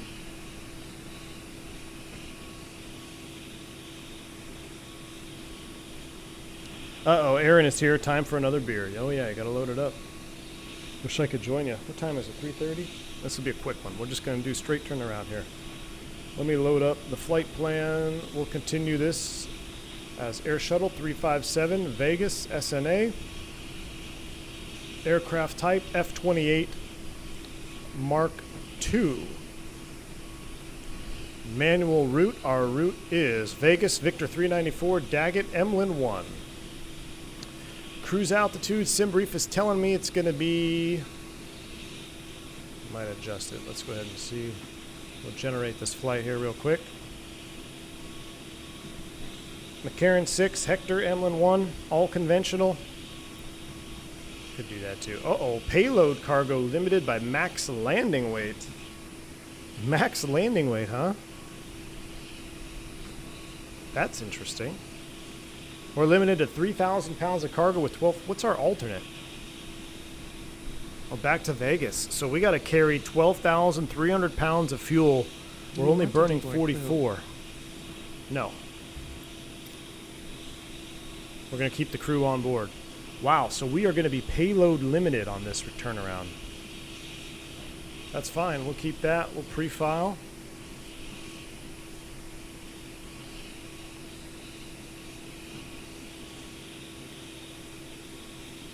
Altitude of 16,000. We're gonna go up to,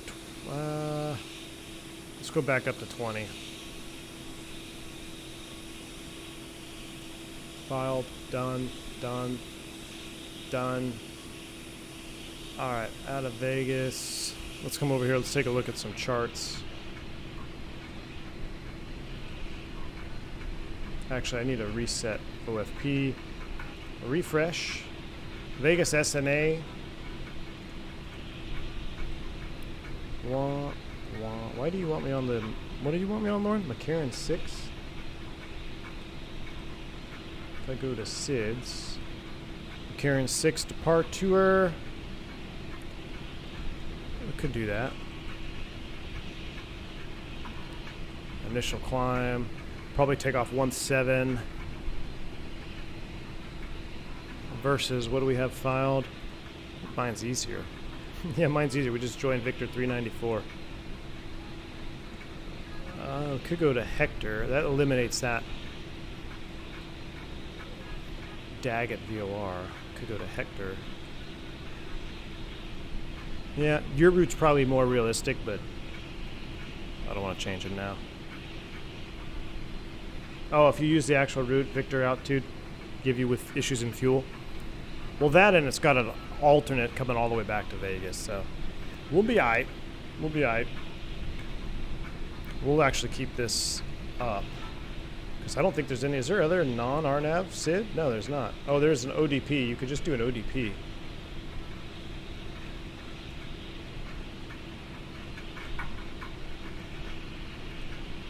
Obstacle notes. The Rat Pack, everything's RNAV, everything except McCarran 6, the one and only.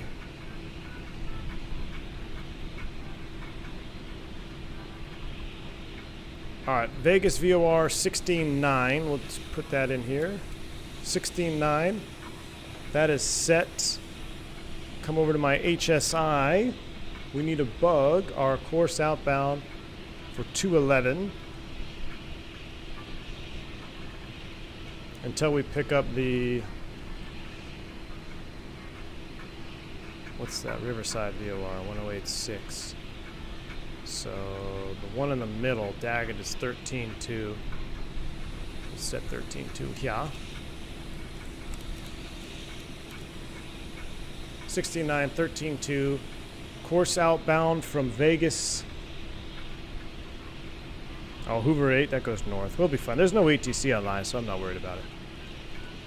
No, we will survive. 211 is the course line, so 2... See, I miss having my course being bindable here. 211 is what we're going to intercept off of 17, and then the inbound to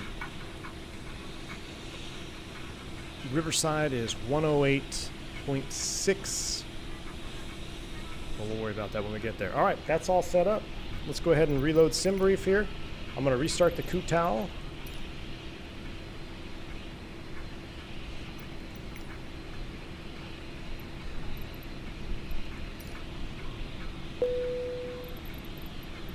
Send them down. 69 passengers. Let's go back here. Let's load import. 21.5 on the SMC in pounds. 21.6 SMC. Fuel, 0 fuel. Total fuel is 12.3. That's what we need. Gross weight 64,000. Everything's open. Why isn't this taking 69 passengers, though? Let's reduce that weight a little bit. There we go. 69 packs. Looking good. They're boarding. The music is on. They're not boarding yet. Why are you not boarding? Boarding requested. ASIG is fine. I'm going to load her up, turn around. Course is definitely bindable. We'll send you the LVAR. McAllen, are you able to bind it and still nav off of nav 2 with the autopilot? Because I had it bound, but I just can't. It messes with the autopilot. Do you want to board crew? No, the crew's already on board. Passengers boarding starting. Jeff L, welcome. Welcome to the stream, man. Glad to have you back on board. Ramp crew's working hard out here in this 110-degree heat. Man, imagine wearing these pants and a jacket, too. We got a nice Adobo 320. We got a couple of Adobo 320s.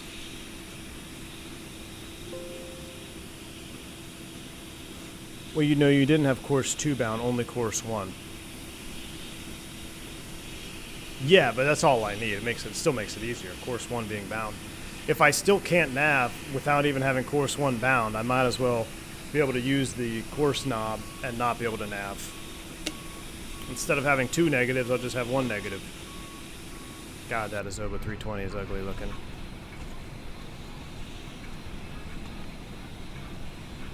Raider, almost runway heading off 19.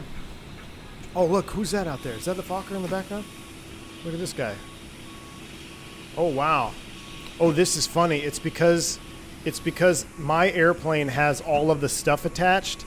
We see this Fokker with everything attached. Look at this. Look at this. Oh, that's too funny. He's got the doors open, the GPU connected and chalked. But that's because of it's showing a native model, right? And my model has everything up right now. Oh, that's funny. Look at that Air 21 livery, though. That's spicy. That is a spicy livery. We have that installed. We're going to be doing that next time we do PVA ops. With the cones following him. Oh my goodness. Well, I think I'm going back to X-Plane. Golly. That was brutal. That was brutal. Alright, back here. We can watch him do loading. Now it looks normal, except he's still floating a little bit. He's bouncing like a soul plane. That's funny. Good old flight sim. You gotta have some. You gotta love it. You gotta love it. You gotta roll with it. Immersion gone. Well, yeah, no comment. We will be in X-Plane 12, though, here, probably next stream, guys. I'm gonna do some testing as we start getting prepped up for my recurrent. Tolis has challenged me to the max failure stream yet again, because they've updated the amount of failures available. So, and with the recent updates to the 19 and I believe the 21 also updated. So we're gonna have to pull out the old EFB, the actual electronic flight bag that I use in my airplane, because we're gonna try to accomplish a flight with failures turned all the way up. I think it allows for 20 something failures now all at the same time, so it'll be interesting. And it's a 319, so we gotta do it. We gotta do it. Problem is I gotta pick a route that's got any type of scenery. Is there any Orbix for X-Plane 12, or is that all still, are we still waiting for that? Ooh, the Macallan A2A Comanche. I know, I saw that A2A Comanche out. It's $50 for an airplane that'll probably fly once or twice. If they sponsored the channel, then maybe I would fly it around a few more. But the GA stuff, I love it on a personal level. Not good for the channel as far as algorithms and views and making content that likes to be seen. So that's kind of a members only type of airplane. Now, back when I had my second PC running, we would do some GA flying. I would actually set it up and just do Discord stream and GA airplanes. We'd all do group flights. I'm going to try to get back to that. I might have to pick up the Comanche for that. But right now, between the Just Flight airplanes that I have, I got the Pepper Arrows. I've got all of the Black Square stuff. It's an airplane that if I spend $50 on, we'll probably fly it once or twice, and it's going to sit there for a long time. Not saying that it's not a good airplane or not worth the $50, because the A2A stuff is top notch. I love the A2A stuff, but as of right now, it's not on the radar. I did watch a video of it on YouTube, though. It popped into my suggestion feed the other night.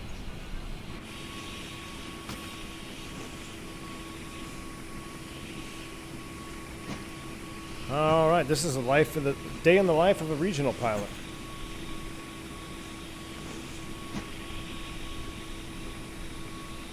X-Plane 12 has auto ortho, correct, if you like having a bunch of ortho issues. And or enough, my problem with auto ortho is there's too much running in the background for that. And that's just, you just open the door for errors for either performance issues and or errors in the sim and the sim just crashing. It's not like Microsoft level auto ortho. Now it may work for some of y'all, but I'm not going to mess with it. I would rather fly just an Orbix scenery, or we'll just fly out over the water. There is a new Boris-approved soundscape, Chaos. I did see that. We'll rock that one for sure. We'll rock that one for sure. We might do it tomorrow. We might do it as soon as tomorrow. Allie, this is the second leg, my friend. This is the second leg. We're boarding up to go to John Wayne. It's going to be spicy.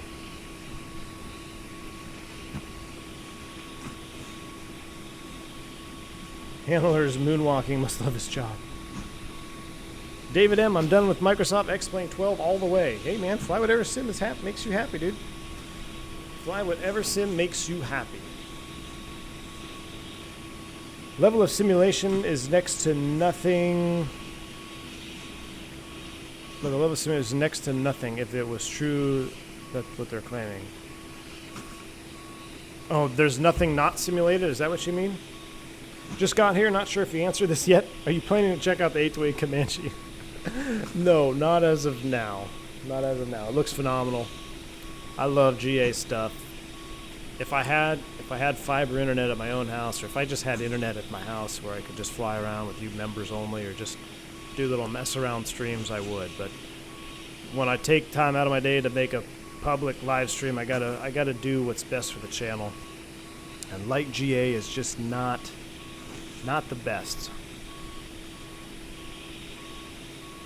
With that said, we'll probably still do a members only flight in some type of piston here, because I really want to do traffic pattern, airport operations with proper communication. So that will happen, just not sure when. And it'll be in the 310 for that one, the Cessna 310, or maybe a Black Square. But I did watch the YouTube videos of the A2A Comanche. It looks stunning. It looks stunning, man, no doubt. Will you be watching the Open? Jordan Spieth? Oh. Wait, the Open is this weekend? Scotty, too. Is it? I thought it was... Oh man, yeah, I don't know, man. I got my buddy's bachelor party this weekend in Nashville, so we'll have to see. I'll probably catch some for sure on Sunday. Each cylinder up to temp and pressure, weird stuff, not into it, but amazing from a distance. Yeah, that's a cool deal. I mean, that sounds pretty hardcore. All right, here we go. We're loaded up. Let's get out of here.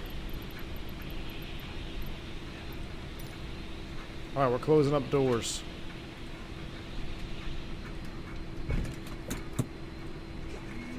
We're going to go Gen 3 on, one off. APU air is on. Ground power is disconnected. Ground power is coming offline. Captain, we are ready for pushback. Stand by. We'll get our anti-collision lights on. We are on 122.8. Everything else is set.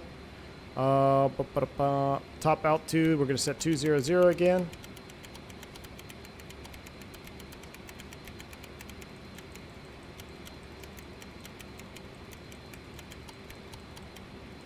Magic barrel ref key. Departure checks completed. Bypass pin inserted. Here we go. Just went to Nashville last week for the first time. Such a cool place. Yeah, it is neat, man.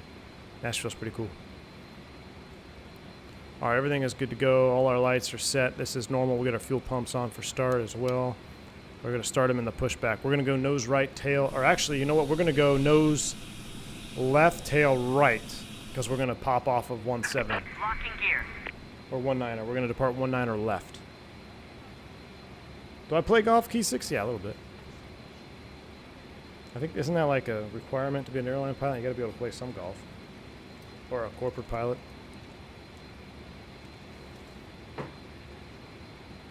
All right, here we go. Nose left, tail right. Release parking brakes, please. Brakes released, clear to push. Push.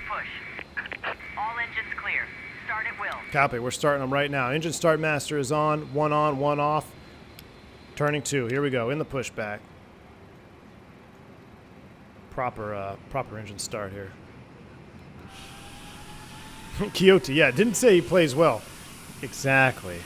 There's a difference between playing and playing well. I do really enjoy golf, though. It's fun. I used to play it a lot more.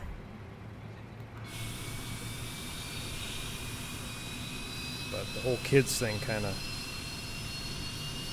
takes away some time for that.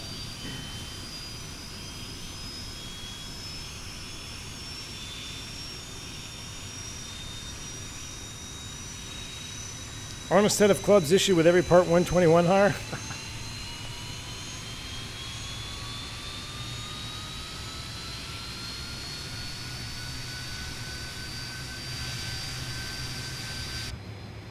We are stable into run. Looking good. Let's go ahead and turn 1. Started out of open. Watching the EGTs on this one. Gosh, 40C. Still 122 on the max takeoff. 10 to 15% light off ignition. I did not post the route. Please set parking brakes. Cockpit to ground. Brakes are set. We have a good engine start. You can disconnect.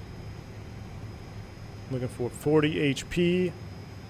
Or no, 50 or 40, 400 EGT in the run.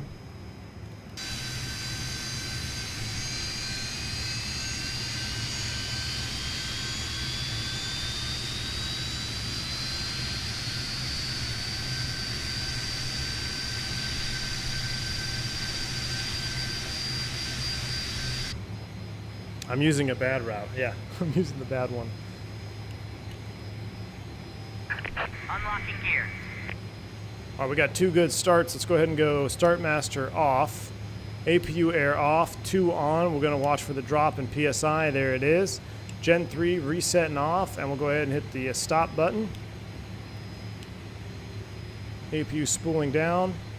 We will set flaps 11. Disconnected. Bypass pin removed.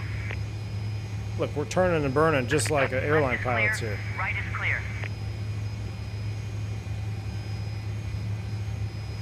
All right, that is set. This is coming off. We're going to just make sure that is set. 21.5. Do a quick flight control check. checks. Arm the lift dumpers. TTCs are in takeoff. Everything looks good. We're flaps 11. They're going off the right-hand side. Vegas traffic. Air Shuttle 357 taxiing to 19 left. Vegas. Forgot the overhead part of the flow. Master power's off. Pitot and vane heating is on, and not high, low on both of those. Top altitude 200, so we're setting 21. That is set. All right, here we go. Brakes released, taxi light on. Let's get out of here.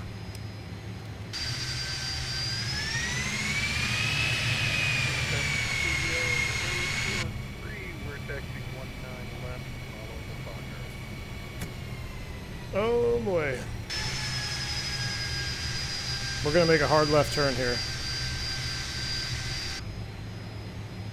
Lock it in. Nose wheel full left.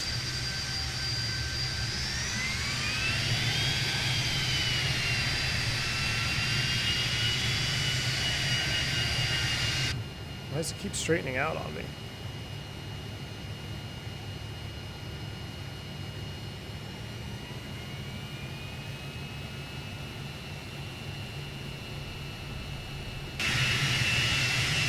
I don't know what that guy's doing, so here we go.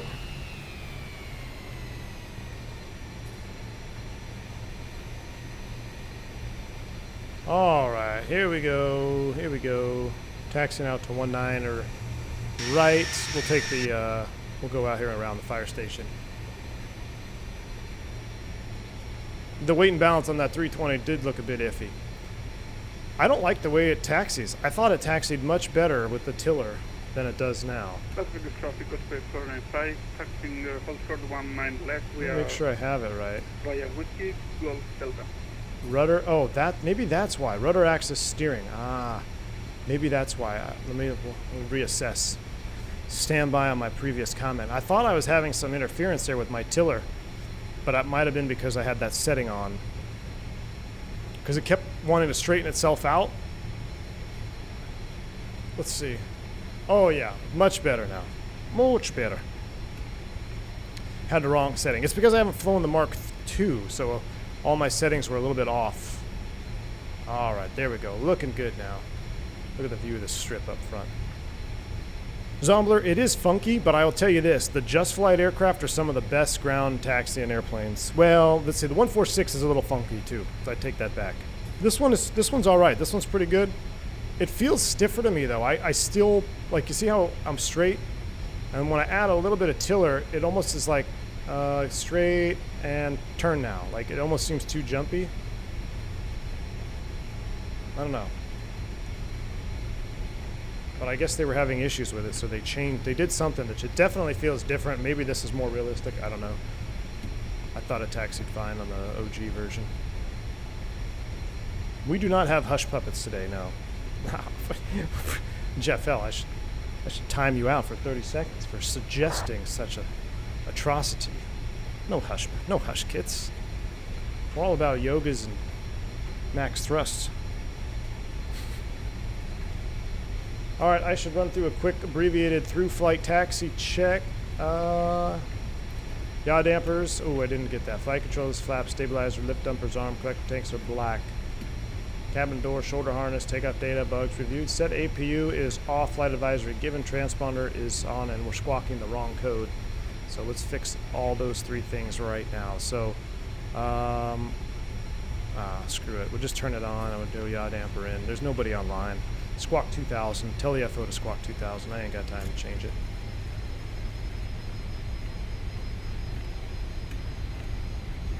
All right, here we go. Slow it down now. Let's check our brake temps. I haven't been looking at our brake temps at all, but there are brake temperature gauges here. Let's see. They are down here. Well, temperatures are fine. V1 is all about speed and power. Speed, money, no brakes. That's how we do it around here. I'm just kidding. That's from one of my YouTube videos that I follow. That's like their catch line or catchphrase, whatever it's called. All right. Vegas traffic, Air Shuttle 357 departing 19 left. We're going out to the west of Vegas traffic. Light them up. No ice light because it's annoying to turn on and off.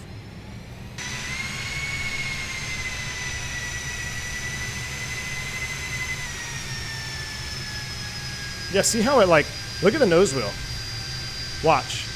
It like twitches. You see that? I hope that's not an Xbox enhancement because I feel like I swear it didn't do that on the last version. That just seems way too twitchy. Before I thought I had a nice smooth transition. Traffic, Rocketeer 22, taxiing 19 right, Vegas. All right, 19er left.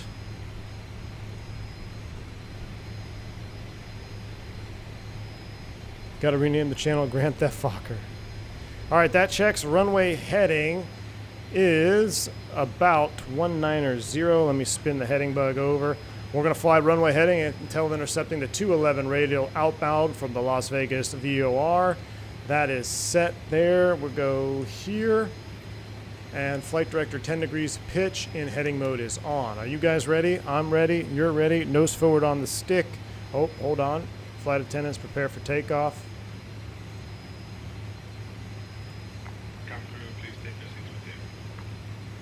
They're seated.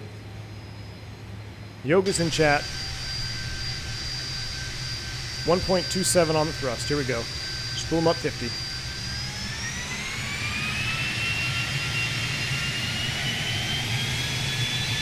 Yoga.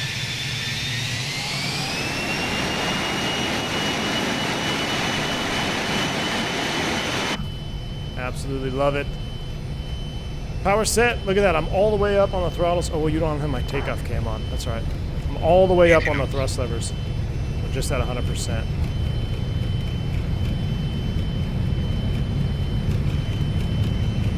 Look at the wind jumping around.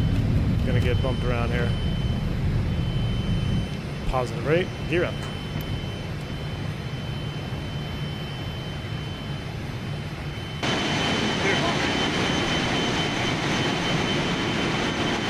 That is a cool shot right there. That is maximum juice. All right, I see the radial coming in. Oh, I had this on heading select, or an altitude hold. There we go. 10 degrees of pitch. Got to lower the nose. Got to lower the nose. A little bit high. We overshot our intercept heading right about, we're only a mile away. We're pretty much right on it. All right, let's go TTCC to climb. Wish I could bind those. Are those bindable?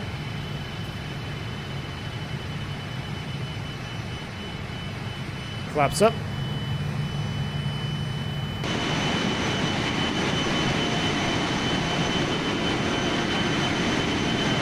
I could almost smell the jet fuel. All right, 470C or 98% for climb thrust. So coming back. Climb thrust is set. We'll keep lowering that nose here.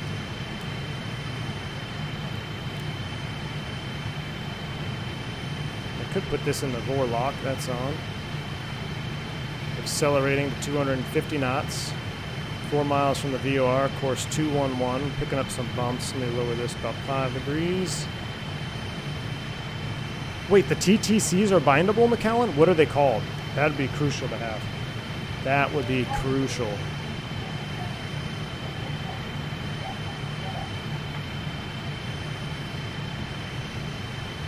Man, look at the, like, just really got to get that nose down to accelerate here. Here we go. We're right about 250K knots. There it is. Autopilot 1. IIS hold. Beam mode on. Beam mode, green on green, 7.1, 250K knots. And we are climbing out. I want to get a rear view shot of Vegas. Oh man, it's still too good. I feel like we just pitched up rapidly. Why is that? Why are we not in IIS hold?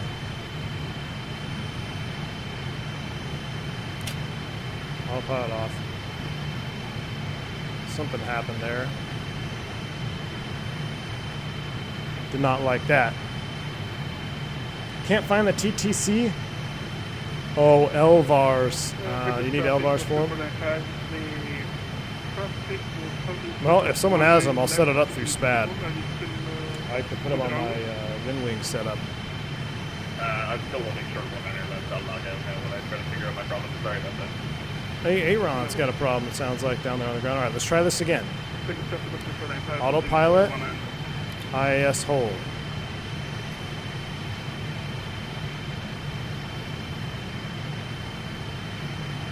What is happening here?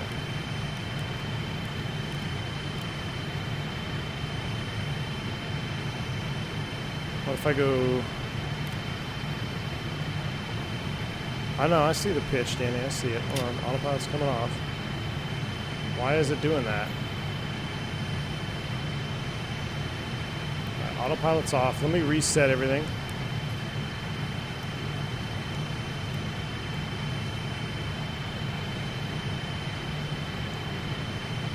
It has nothing to do with the speed bug. It should go IAS hold right into your current airspeed. Should it not?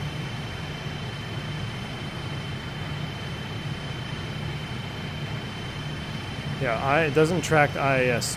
This doesn't track this bug, if that's what you're referencing. I'm going to try this one more time.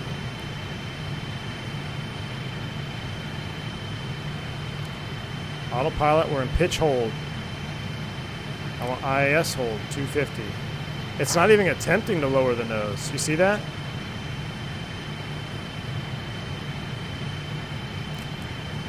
It's not even attempting. You see the trim's not even running.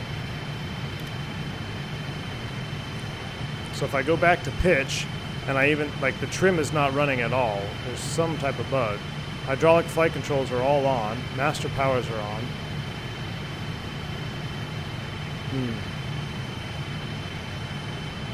I'm gonna just let it stay engaged here. We'll see what happens. I'm just gonna leave it stay engaged. I'm gonna see what happens here. Now it wants to descend.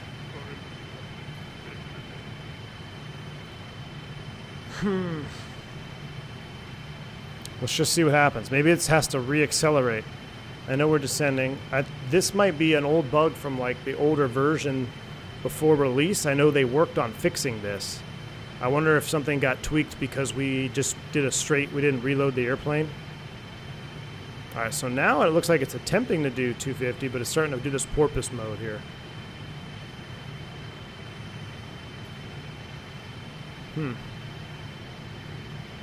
It's doing this porpoise thing.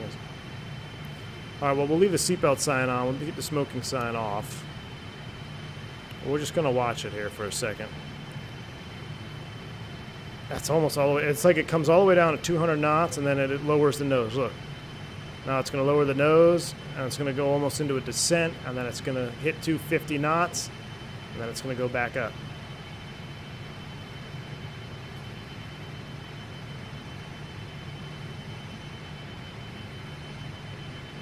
Napalm, I did that. I even turned off I turned off all of them. See, now we're descending. But watch what happens here. We're going to go all the way to 250, and then it's going to climb up. We lost the beam, too. That's all right.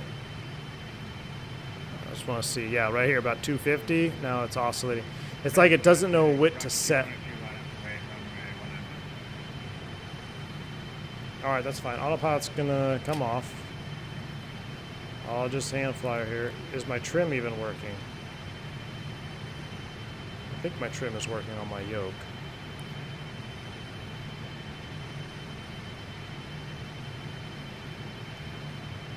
We didn't do anything different. The only thing that happened is we just did a turnaround. I'm going to turn off all of the pitch channels now.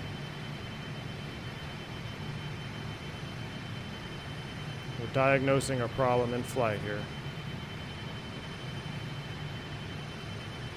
We're out of 18 thou. I'm going to see if I can get it nice and stable. All right, so ironically, now my trim is working. Look, see my trim wheel inputs are actually working. So, hold on.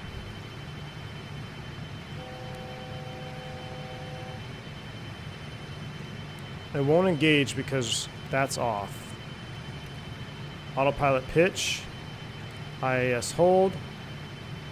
Now it seems to want to do something. Well, it's going to level off now at 20,000 feet. That's bizarre. All right, so if you get this bug, maybe do this. Maybe turn everything off again. Or maybe I just didn't, I don't know. What does the ECAM say? That's funny. All right, we're altitude hold mode. And we can engage, we can engage beam mode. That's accurate because the pitch channel's off. But if I turn the roll channel on, now it engages beam mode. All right, so, damn, there is some serious systems modeling going on here, which is good. We solved the problem. The seatbelt sign will come off here temporarily. And if you get that bug, try what I did. Try turning everything off and the roll and pitch channels off. Exercise your trim manually, and then re-engage your roll and pitch, and then try it from there. Something just wasn't communicating, but it's communicating now. And you should, like I said, you should see it making changes with the trim wheel here. So that's all right. Crisis averted. This is old school tech. What the fuck? That's funny.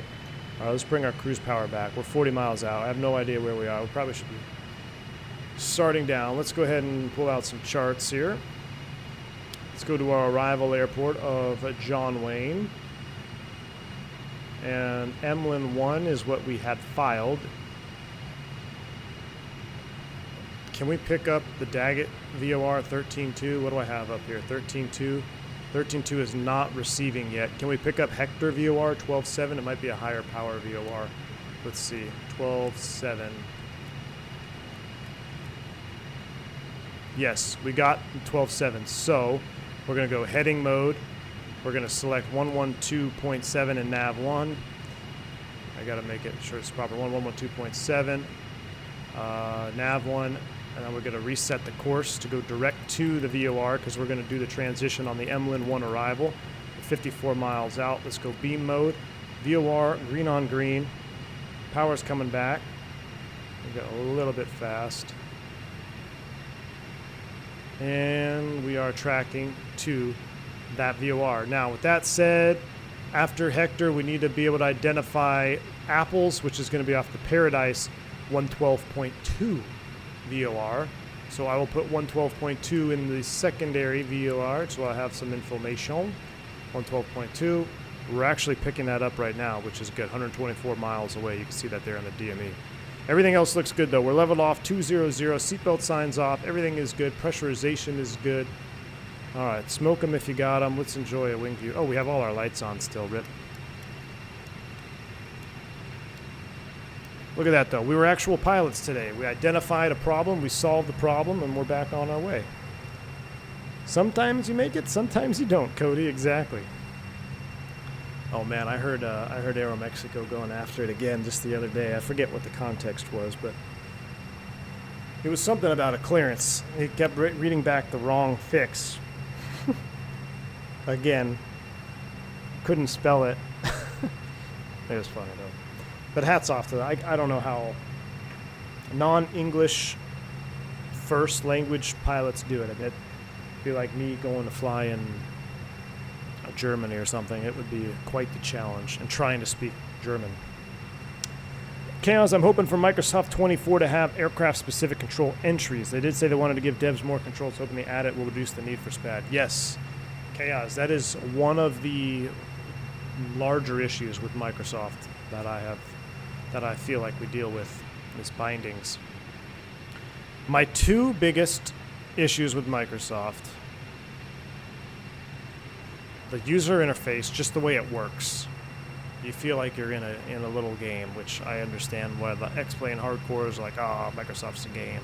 Because the user interface, it does feel like you're clicking around an Xbox menu, and guess what? You basically are. Second biggest issue is just like what Chaos said, is the bindings, the way that the bindings are so restrictive. It is very, very frustrating. Having to use SPAD for certain things, like TTC switches. It should be something that just be able to add and boom, be able to bind it.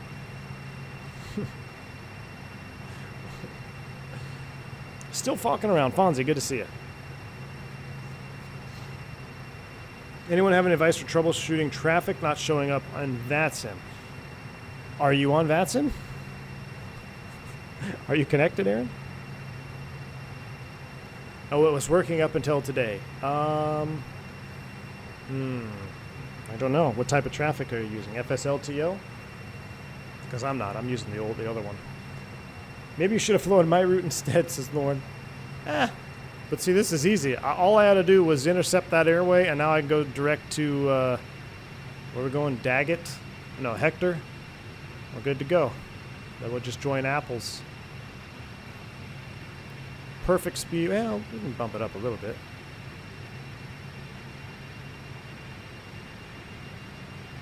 I was until I realized I wasn't seeing anyone, was just causing problems around. That's interesting, Aaron. I wonder why that would be. There was a new VMR put out. Try updating if it is FSLTL.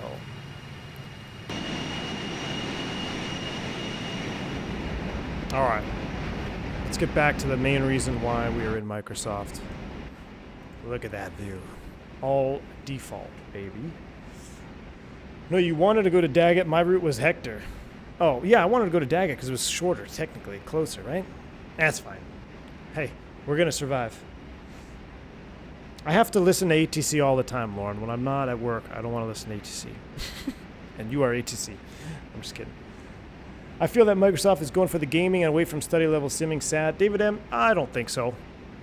They are appealing to a much larger audience. It's up to the third-party developers to make simulation quote-unquote study level. Just look at this Fokker, man. The systems in this airplane are there. They're all there. They are all there. Phoenix, it's running ProSim software licensing, which is legit. PMDG 737, also really well done, highly simulated aircraft. So it's up to the developer itself. The main reason, I know we always circle back to this, is it's not, for me, it's not even about the airplanes, honestly. For me, it is about the environment. The dynamic environment that you get in Microsoft out of the box is far more real than anything you will ever see in X-Plane 12, even with all of the add-ons. You will not beat the if you don't believe me, go back to my last stream when we were on visual approach into Fort Lauderdale, or no, into Miami, and we had isolated rain showers. Those isolated rain showers put wind and rain on the airplane when we flew through them. They each had their individual rainbows because of the way the sun was hitting the light in those particular rain shafts.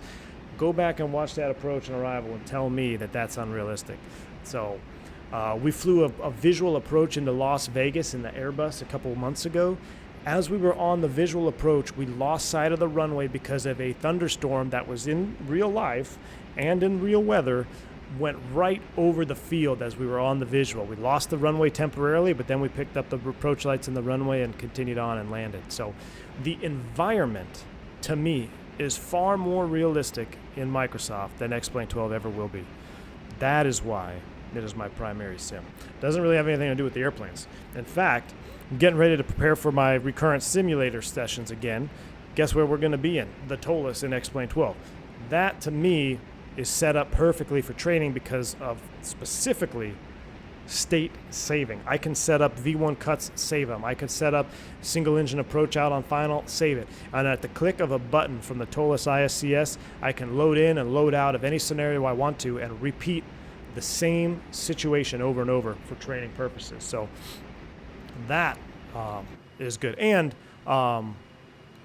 single engine handling characteristics. There's no doubt that single engine flying and abnormal flying conditions in X-Plane are more realistic than Microsoft, for sure.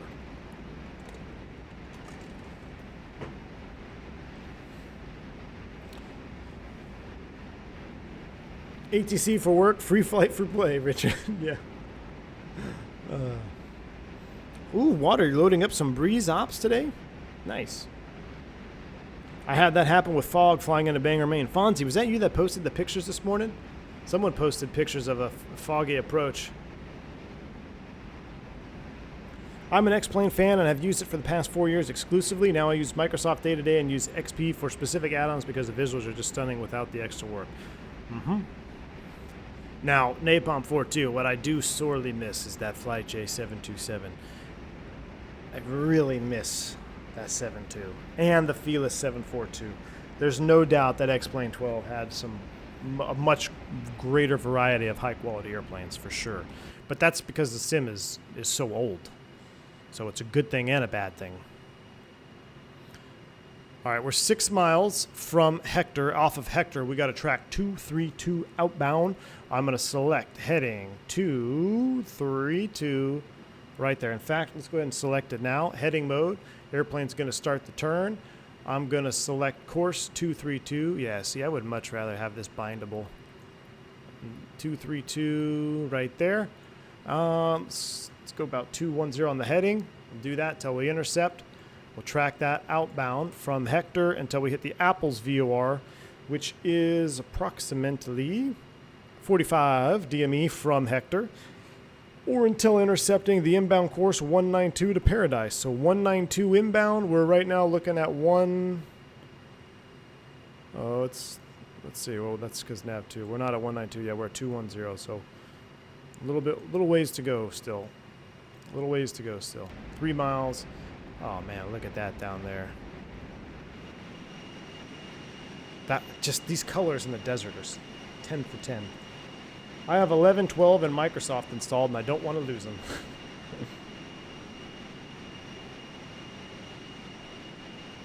Steven says constant Microsoft versus X-Plane debates are going to make me lose my damn mind. We're not debating. There is no debate to be had. Microsoft's superior. Just kidding. Don't get mad. And there go 10 likes. Except for things like ground friction, cloud turbulence, P3D, can't do much about that stuff. That's where Microsoft and Zobo need to approve. Ground friction I agree on, McAllen, definitely. Cloud turbulence, I don't know. I haven't found, and that might just be because I haven't messed with any add-ons in 11 and 12 as far as turbulence goes. I don't find the turbulence to be abnormally incorrect in Microsoft. I think we forget that on an airplane that you're flying, when you're sitting in the wing, what you feel on your body and what you see out the window is definite. You don't get to see the whole airplane moving around.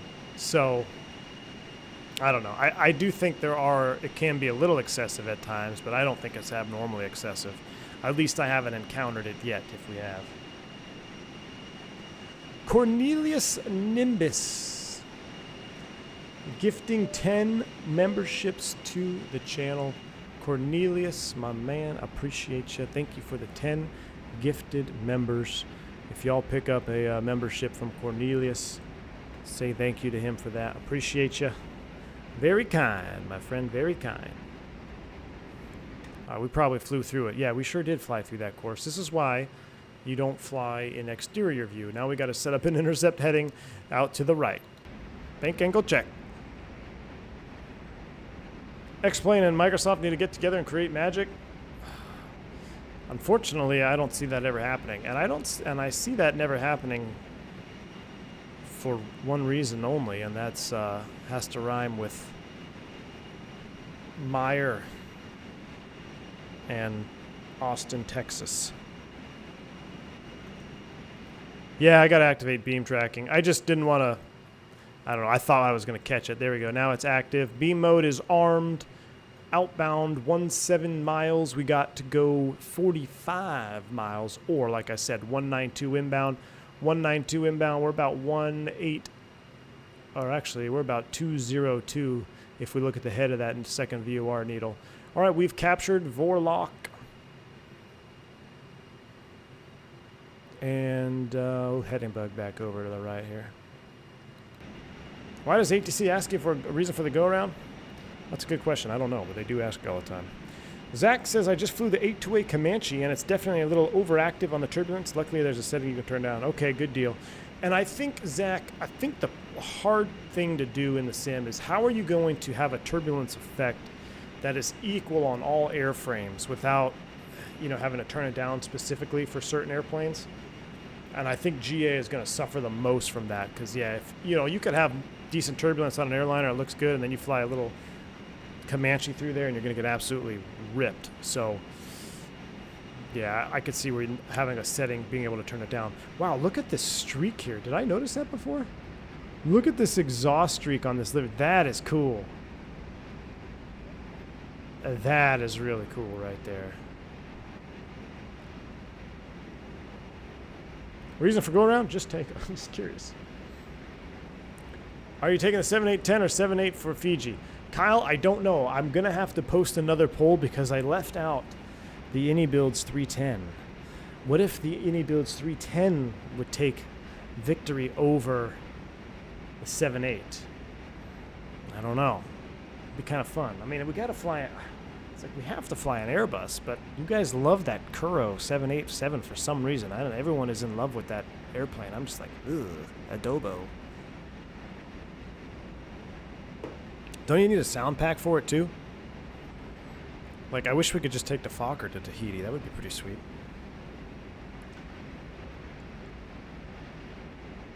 If there's a reason, we might need to advise other aircraft, i.e. wind shear. There you go. There you go. So that makes sense. Headwind 330, John. That's what I had in the poll.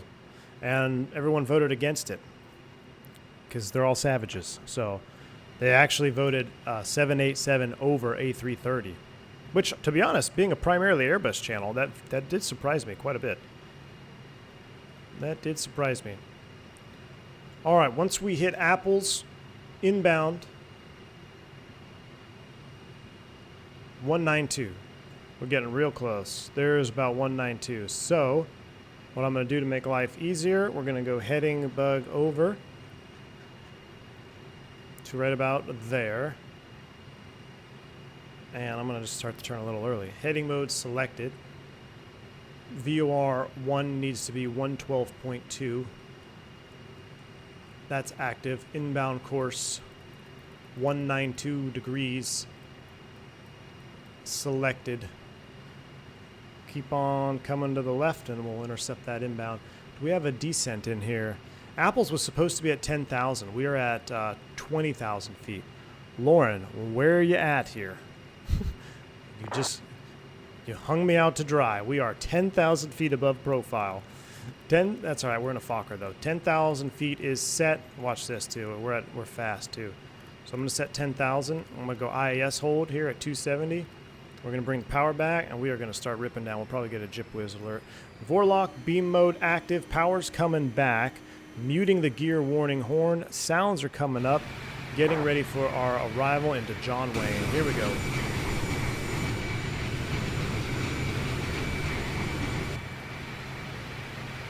We don't even have the breakout, and we're going down 5,000 feet a minute. All right, we do need to set up, though. Once we hit Paradise, 238, and we have to look at the approach. ILS 20 right. ILS 20 right, 111.75 and 196. 111.75 and course 196. Nah, we're not overstressing McShiggity. We're professionals. We're professional streamers around here. 196. Oh, there it is. 196. Heading bug resynced up. Inbound of the Paradise VOR out of 17.9. Magic barrel ref key is on. 10,000 set. Let's go ahead and get our seatbelt signs on.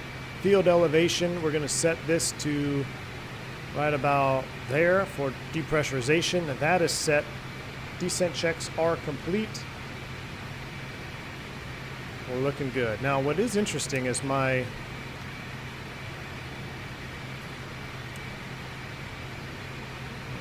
not.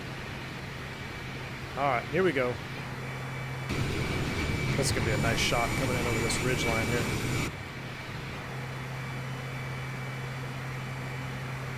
You don't control SoCal? Excuses. Have you seen the delivery flight? Yes, I have, Robert S. Start thinking of doing it. I know, I've thought about it, Robert S. That would be interesting. Doing a cross the pond delivery in PVA. Would you guys want to see that? I feel like everyone's going to be so fockered out. But if I do some hardcore Airbus streams this week, and then we do a 787 long haul, maybe in between we do some Fokker deliveries. It's 5 stops. All the way from, where's it start, Robert S? Dutchland? I forget where the delivery flight starts from. Yeah, McShady, get the update for your Fokker. It definitely smoothes some things out. One thing I don't love is the nose wheel steering on tiller now. It seems a little jittery. But other than that, it's running great. It really is. All right, back to our star, Emlyn 1. Basically, I can hit the Paradise VOR, and then we're going to fly. Well, here's John Wayne. Then we just fly out from there. We're not going to go out to Seal Beach. Hopefully, maybe we can even. Is there something like a feeder route here? Kind of. 256. We could make a pseudo. We could make a pseudo feeder route.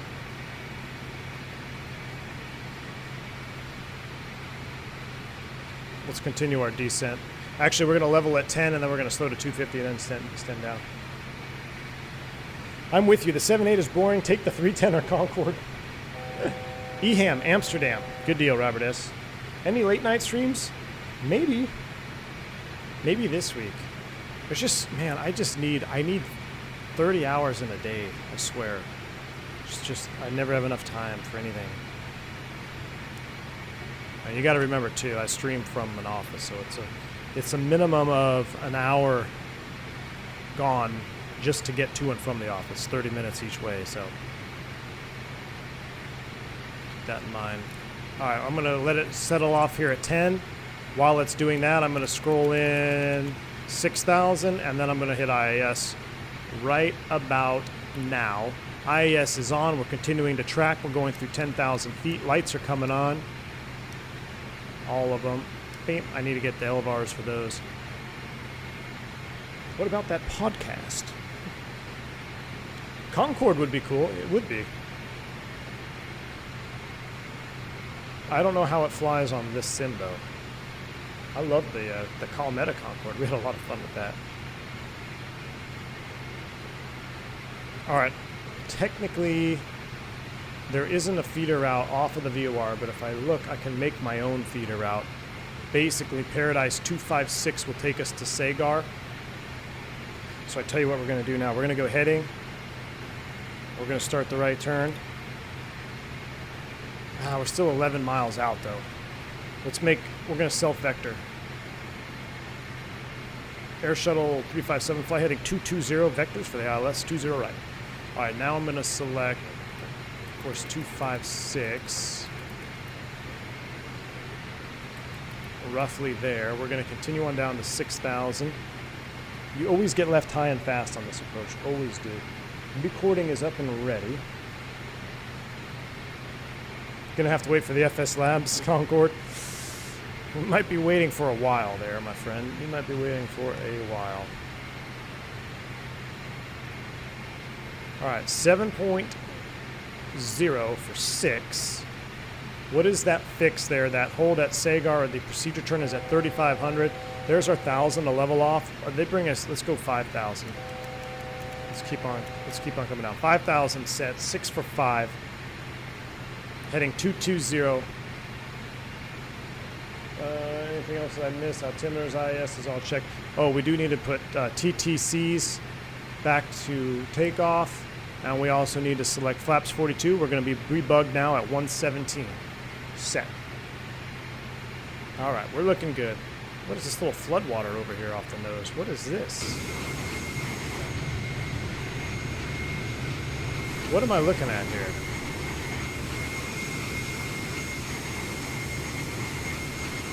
Oh man, the X-planers are going to have themselves a day with this. I think we have an incorrect... Unless it's simulating flooding. Unless we're simulating NorCal, or I guess we'd be SoCal flooding. I don't think that is there. Right? There's no way that lake should be there right now. Unless this is it might be flooding. I don't know. I have no idea. All right, we're level at 5,000. I'm going to reduce speed to about 200 knots. Because it's going to get quite spicy in here. Look at the VFR map.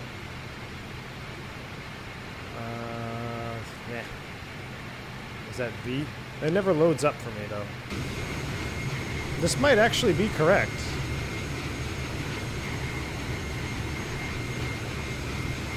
Well, it actually might be correct. Because there's a dam right there. It is. It absolutely is. God, I love Microsoft.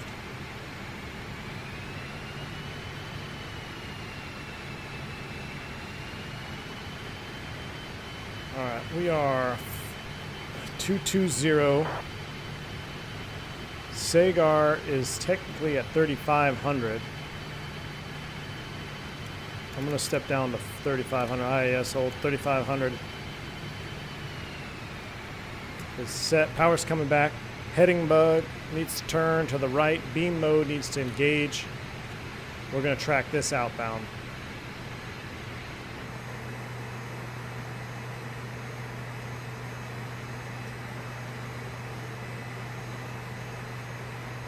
Maybe it's trying to simulate Lake Elsinore. Yeah, it didn't look right for sure.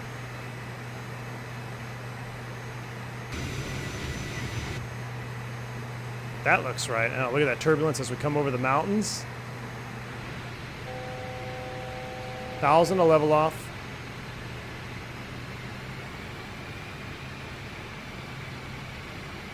Final approach course 196. Sagar is 17.3 on the DME. I gotta look for the runway. Look for the airport. Should be well, 11 o'clock. Oh, I think I see it.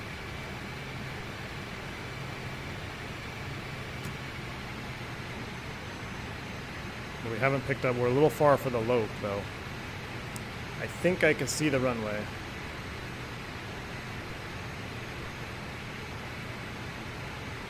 That's like floodplain of Santa Ana River. Definitely not flooded. Let's go heading mode here. Mike P! Oh no, I had you muted. Mike P. Bank angle check right back at you, man. Mike P, thanks for the $10 bank angle check, my friend. He says, uh-oh, I might need a new since I need a new motherboard, I might as well donate to V1's new motherboard. Mike P, oh no, dude, don't tell me that with your power issues, or with your power or PC shutting on and off. Mike P, appreciate the support, man. Yes, indeed, though. That'll go to my new motherboard. Since I need a new motherboard, I might as well donate to V1's new motherboard. I appreciate you, Mike. Sorry to hear that, man. That's frustrating. That is really frustrating. All right. Now we are visual with the airport. I see it. We're going to maintain 2,200. I'll tell you what. Let's make it 2,500. We'll split the difference. IAS hold.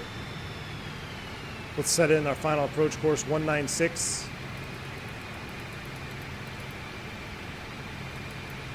And let's set in the localizer 111.75.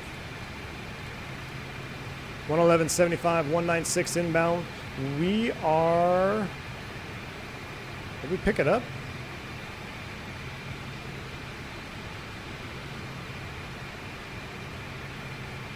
Did we fly past it? No, we didn't yet, which flagged out. There's no way we flew past it yet. It's right there, is it not? Uh-oh, we're lost.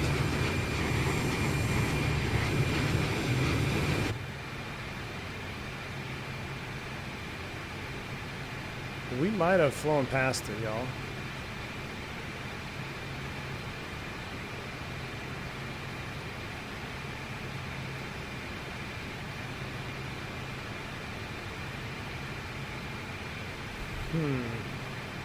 No, I don't need approach mode because I think we... Thing is, it shows we're...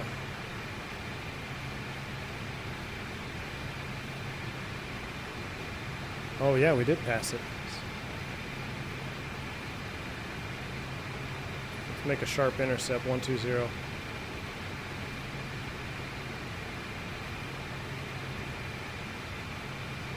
Lemon 475 off Seal Beach. Or no, 076 off Seal Beach.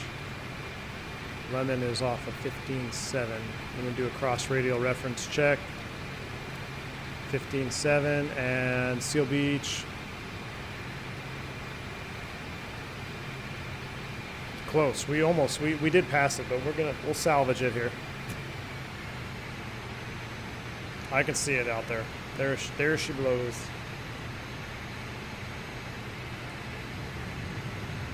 I see her.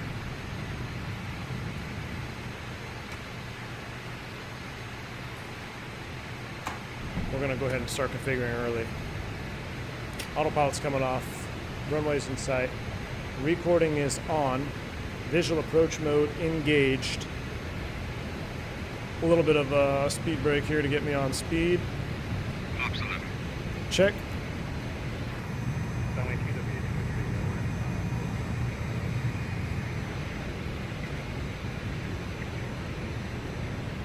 Flaps 25. 25 set. Speed brake armed. We see that traffic. I see him there. There he is. Bump up the sounds, bump up that. Flaps 42.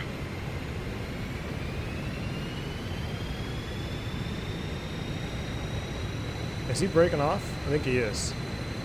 Alright, we'll slide in here.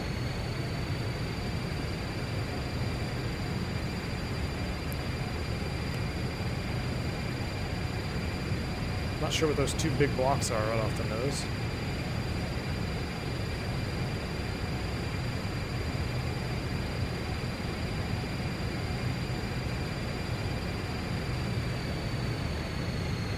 Runway, landing.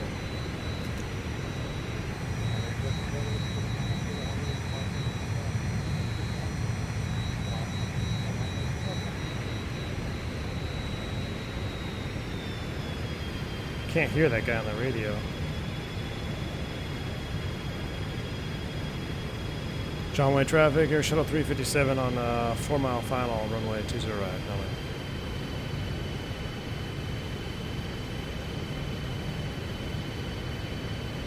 We're going to get a little high sink rate here. That's right, we're catching up to the slope. Zeppelin hangars? Oh, so those are Zeppelin hangars? Wow. That's cool. I was thinking it was a glitch, but look at Microsoft doing Microsoft things again. All right, here we go. Ooh, a little bit of stutter there. Trying to be like X-Plane. All right, we are approaching 1,000 feet. We're just under it. We're stable. We're a little bit fast, correcting. Gear down, flaps 42. Runway in sight. No floats on this one. We're actually kind of heavy, so we need to... I'm going to dip it in, probably 3 red here as soon as we pass over... As soon as we pass over the parking lot here.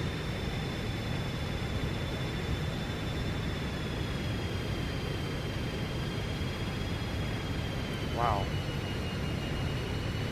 Definitely need a wind check here. All right, there's our 2 reds. I'm going to start dipping. I'm going to start dipping below that. There's 3 reds. I'm going to ride this in here for a little bit. Riding that 3 reds in. Light slow. Check. Speed brake, a little early. Start working that power out.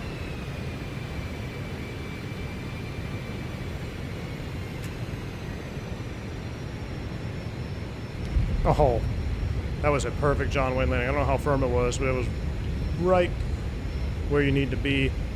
Whoa, trying to do a little bit of a wheelie here, holding that nose, a little aerodynamic braking. Oh, nice. I will take that. Off the brakes here, we don't want to smoke them. We'll take this next exit. I'll take a 238. That was a pretty good John Wayne landing. Traffic was paid for 905, turning final for 20 right, 11 miles. All right, we'll go ahead and exit here. John Wayne traffic, Air Shuttle 357, we're clearing 20 right, taxi to ramp John Wayne. I'll take a 238. I will take that. John Wayne traffic, Rocketeer 22 is on a 17 mile final, 20 right. Downwind. We'll see where everybody touches down, see how legal they are. All right, let's clean it up. Love to see the Microsoft stutters are still a thing when you turn on the ground. Cool.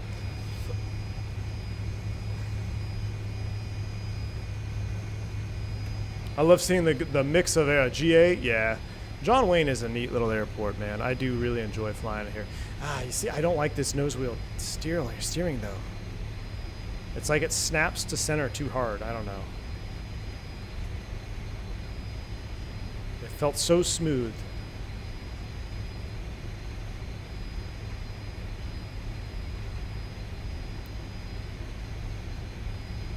All right, since we know, that's the start master. Man, this thing is just running away from us on the ground here. I need to turn the APU on.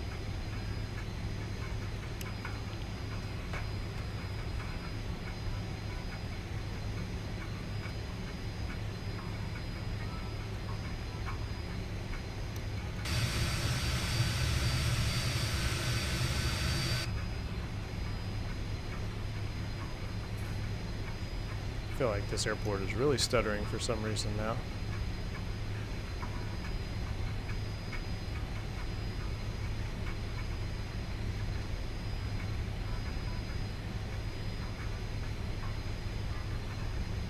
Would steering be better if you just use rudder and no tiller?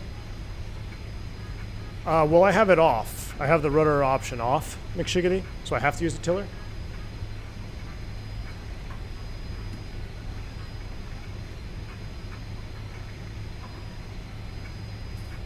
But I mean, you just see how like we're straight and then all of a sudden we're not straight. I feel like that wasn't in the old version. Traffic was 345 for mile final to 0 right.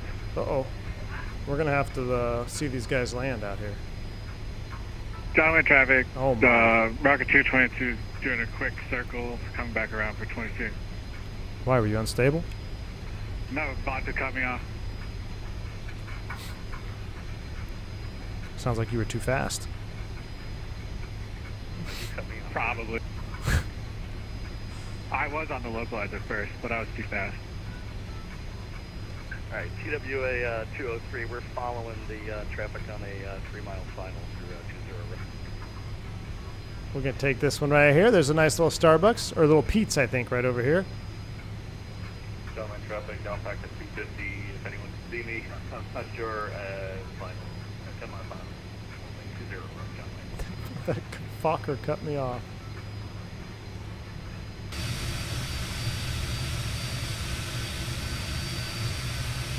Gate number 9.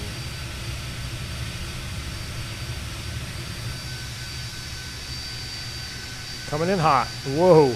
That's why you wear your seatbelts. Pretty good, pretty good. Brakes are set. Coming up top. Gen 3 on. Let's kill them.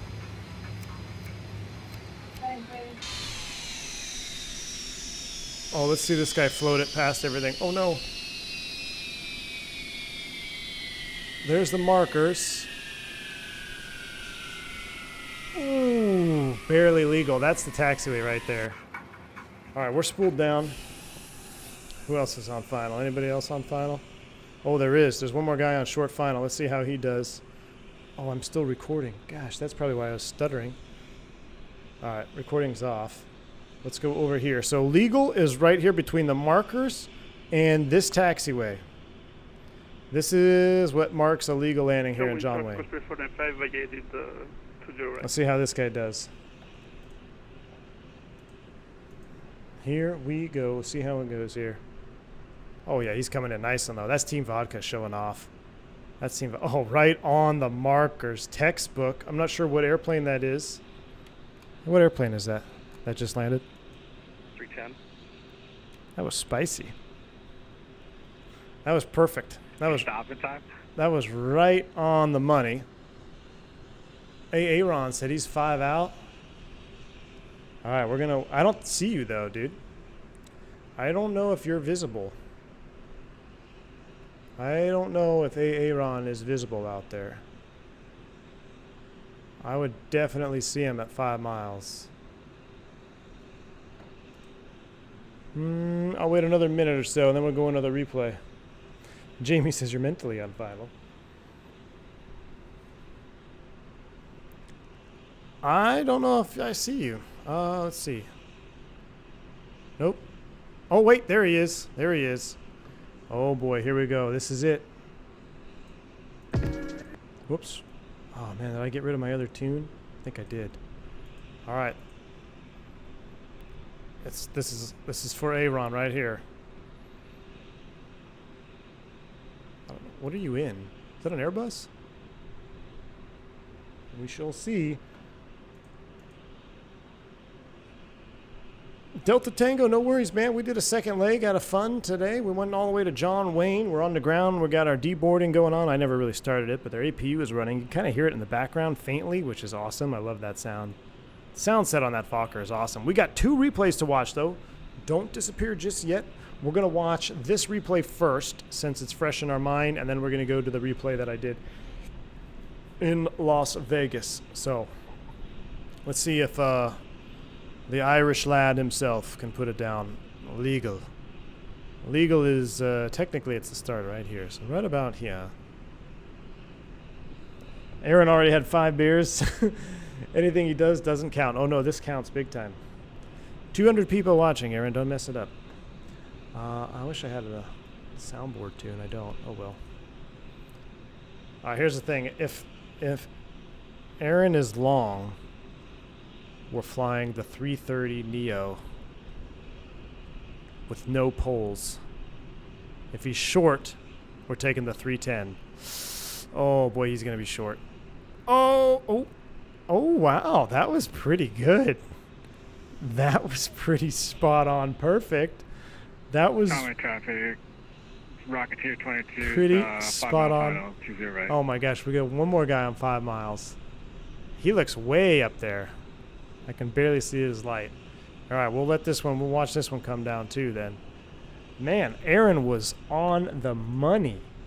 I guess I could turn up other aircraft sounds. Hold on real quick. Let me turn on, let me bump up the AI traffic sound. Let's go to sound and let's go other aircraft. Let's bump it up to about 54.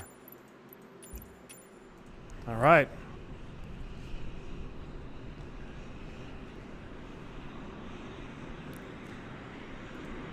That's for the beers. Well, McAllen said anything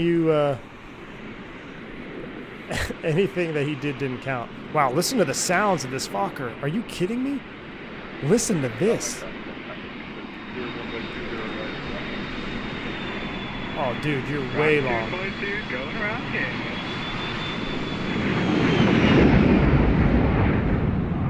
Oh my gosh, that sound set. That sound. Are you kidding me? Now that was disappointing. Hey, I'm a rookie Rocketeer pilot, okay? Man, Piedmonter's going to be upset. You're burning all this fuel, man. That sound, that flyby sound, though, that might have been, I'm going to have to snip that. That might have been the highlight of this entire stream. That was one hell of a flyby, though. That power-up was on point. All right. We're going to disconnect from the air show. Let him rip, baby. That was probably better than a landing. I agree, Mike. It's the same sound set. All right, we're going to disconnect from VATSIM. We're going to go right into replay mode. Before I do that, though, I'm going to make sure the doors are shut because that's one thing that will not translate. Okay, doors are closed. Let's watch our replay. We're disconnected from VATSIM. Oh, yeah.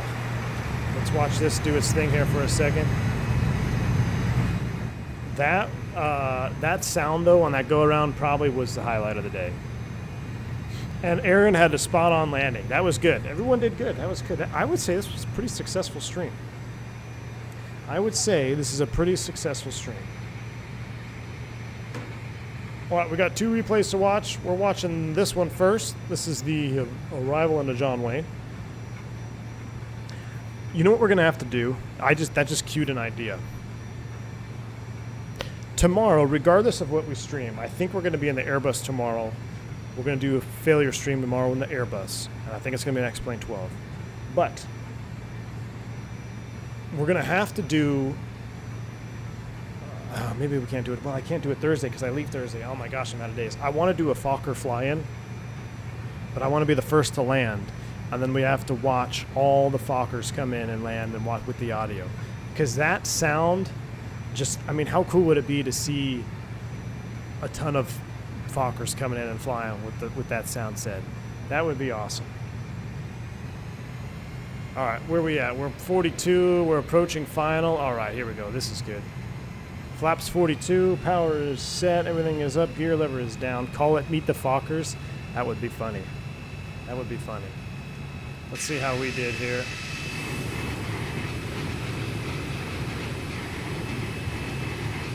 We were a little wonky on our way down. Danland, take it easy, man. Thanks for stopping by and hanging out with us.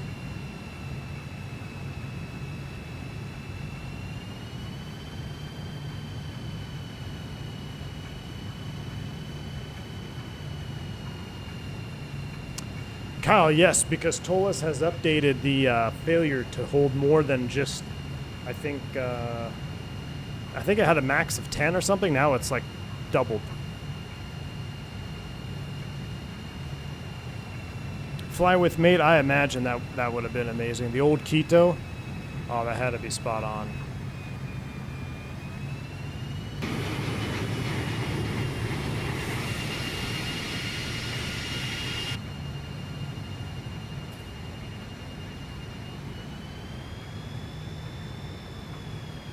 Oh, max 6. Wow. Yeah. I think it's like, what, 10 or 20 now?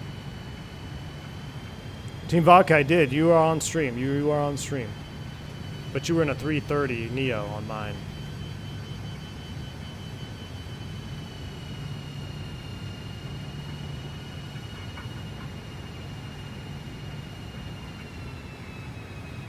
There we go. We're over the parking lot. Dipping below that glide path. Oh, we're not even in replay mode. My bad. There you go. Sorry.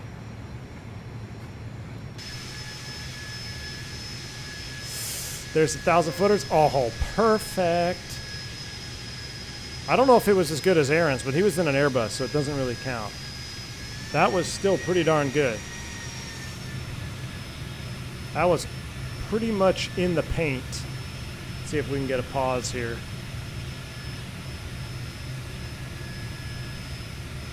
All right, there's the touchdown.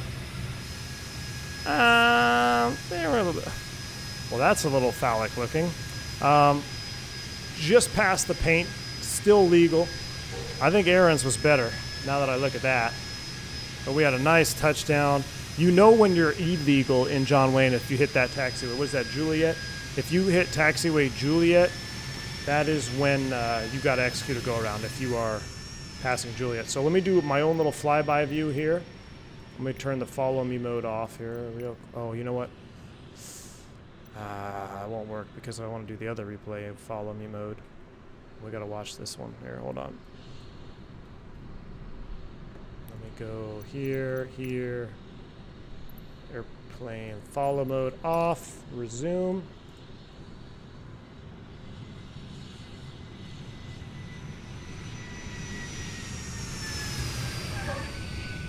That was pretty sweet. That was pretty sweet. Now I got to turn this back on for when we go to our Vegas. Drone follow on. Reset the drone cam.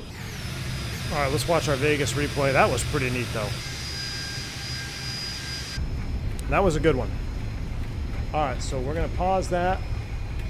We're going to stop. We're going to load our Las Vegas. This might freak it out for a second. I gotta let the sim load in, or on other part of the world. Then we're just gonna pause it. I'm gonna let it do its thing, let everything load in. What's demonetized? That looks like a pink Fokker. Oh gosh, I'm not even gonna entertain you guys. Uh-oh.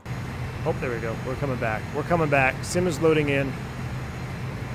Phallic and barely legal. Hey, but it was legal. It's all that matters. Looks like X-Plane. Robert S., take care, my friend. All right, let me zoom this up a little bit. I'll leave a long one for the final when it's all nice and loaded in.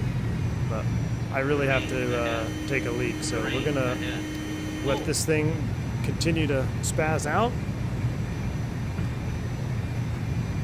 Oh, look at a Space Needle. Or Space Needle. What is that? Stratosphere? Some tower there?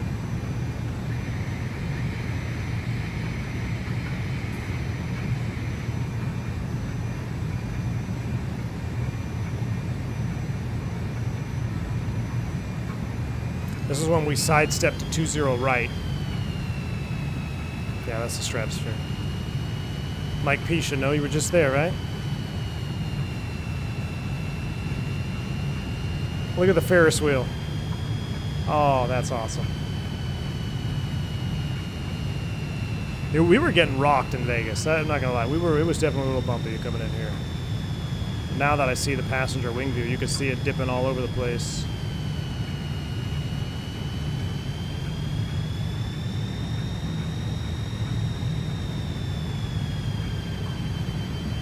MGM Grand. This looks real, almost.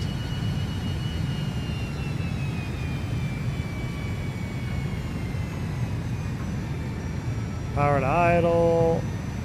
Save the smasheroo. And down.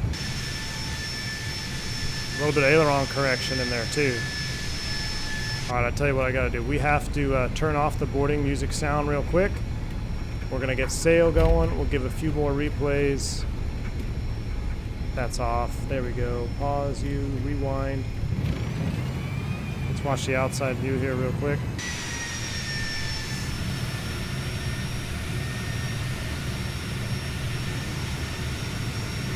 Fubar, thank you, man. Appreciate you. Old school cheap seats view. There you go, Delta Tango. AJ Funar, good to see you, man. Yeah, we got bounced around pretty good here in Vegas. Summer flying. I'm getting tired of it. I am getting tired of it.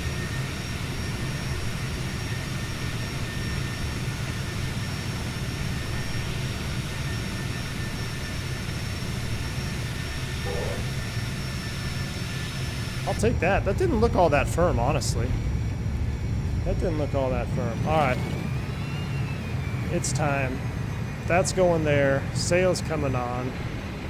You guys can enjoy the Stratosphere Vegas final turn here. I'm going to wrap it up right there. Well, as we wrap up Fokker Week, I know it doesn't appeal to all the viewers out there, but for those who did tune in and enjoyed these streams, I thank you, because I sure had fun. And if I had my way, I'd probably fly this plane for another month. That's just how much fun I'm having with it. There's something about this airplane that's just done right and is an absolute ton of fun. We'll probably be back in the Airbus tomorrow. Might see some failure situations. I think it's going to be exciting, so you're going to want to stick around. Until then, I hope you all have a wonderful rest of your Tuesday afternoon, evening, morning, wherever you may be. Oh, look at that. That's our sidestep turn right there. Big Shiggity, I'm glad you enjoyed it, my friend. Until then, y'all, everyone stay safe, stay healthy. I'll see you on the next one. I'm V1. See you.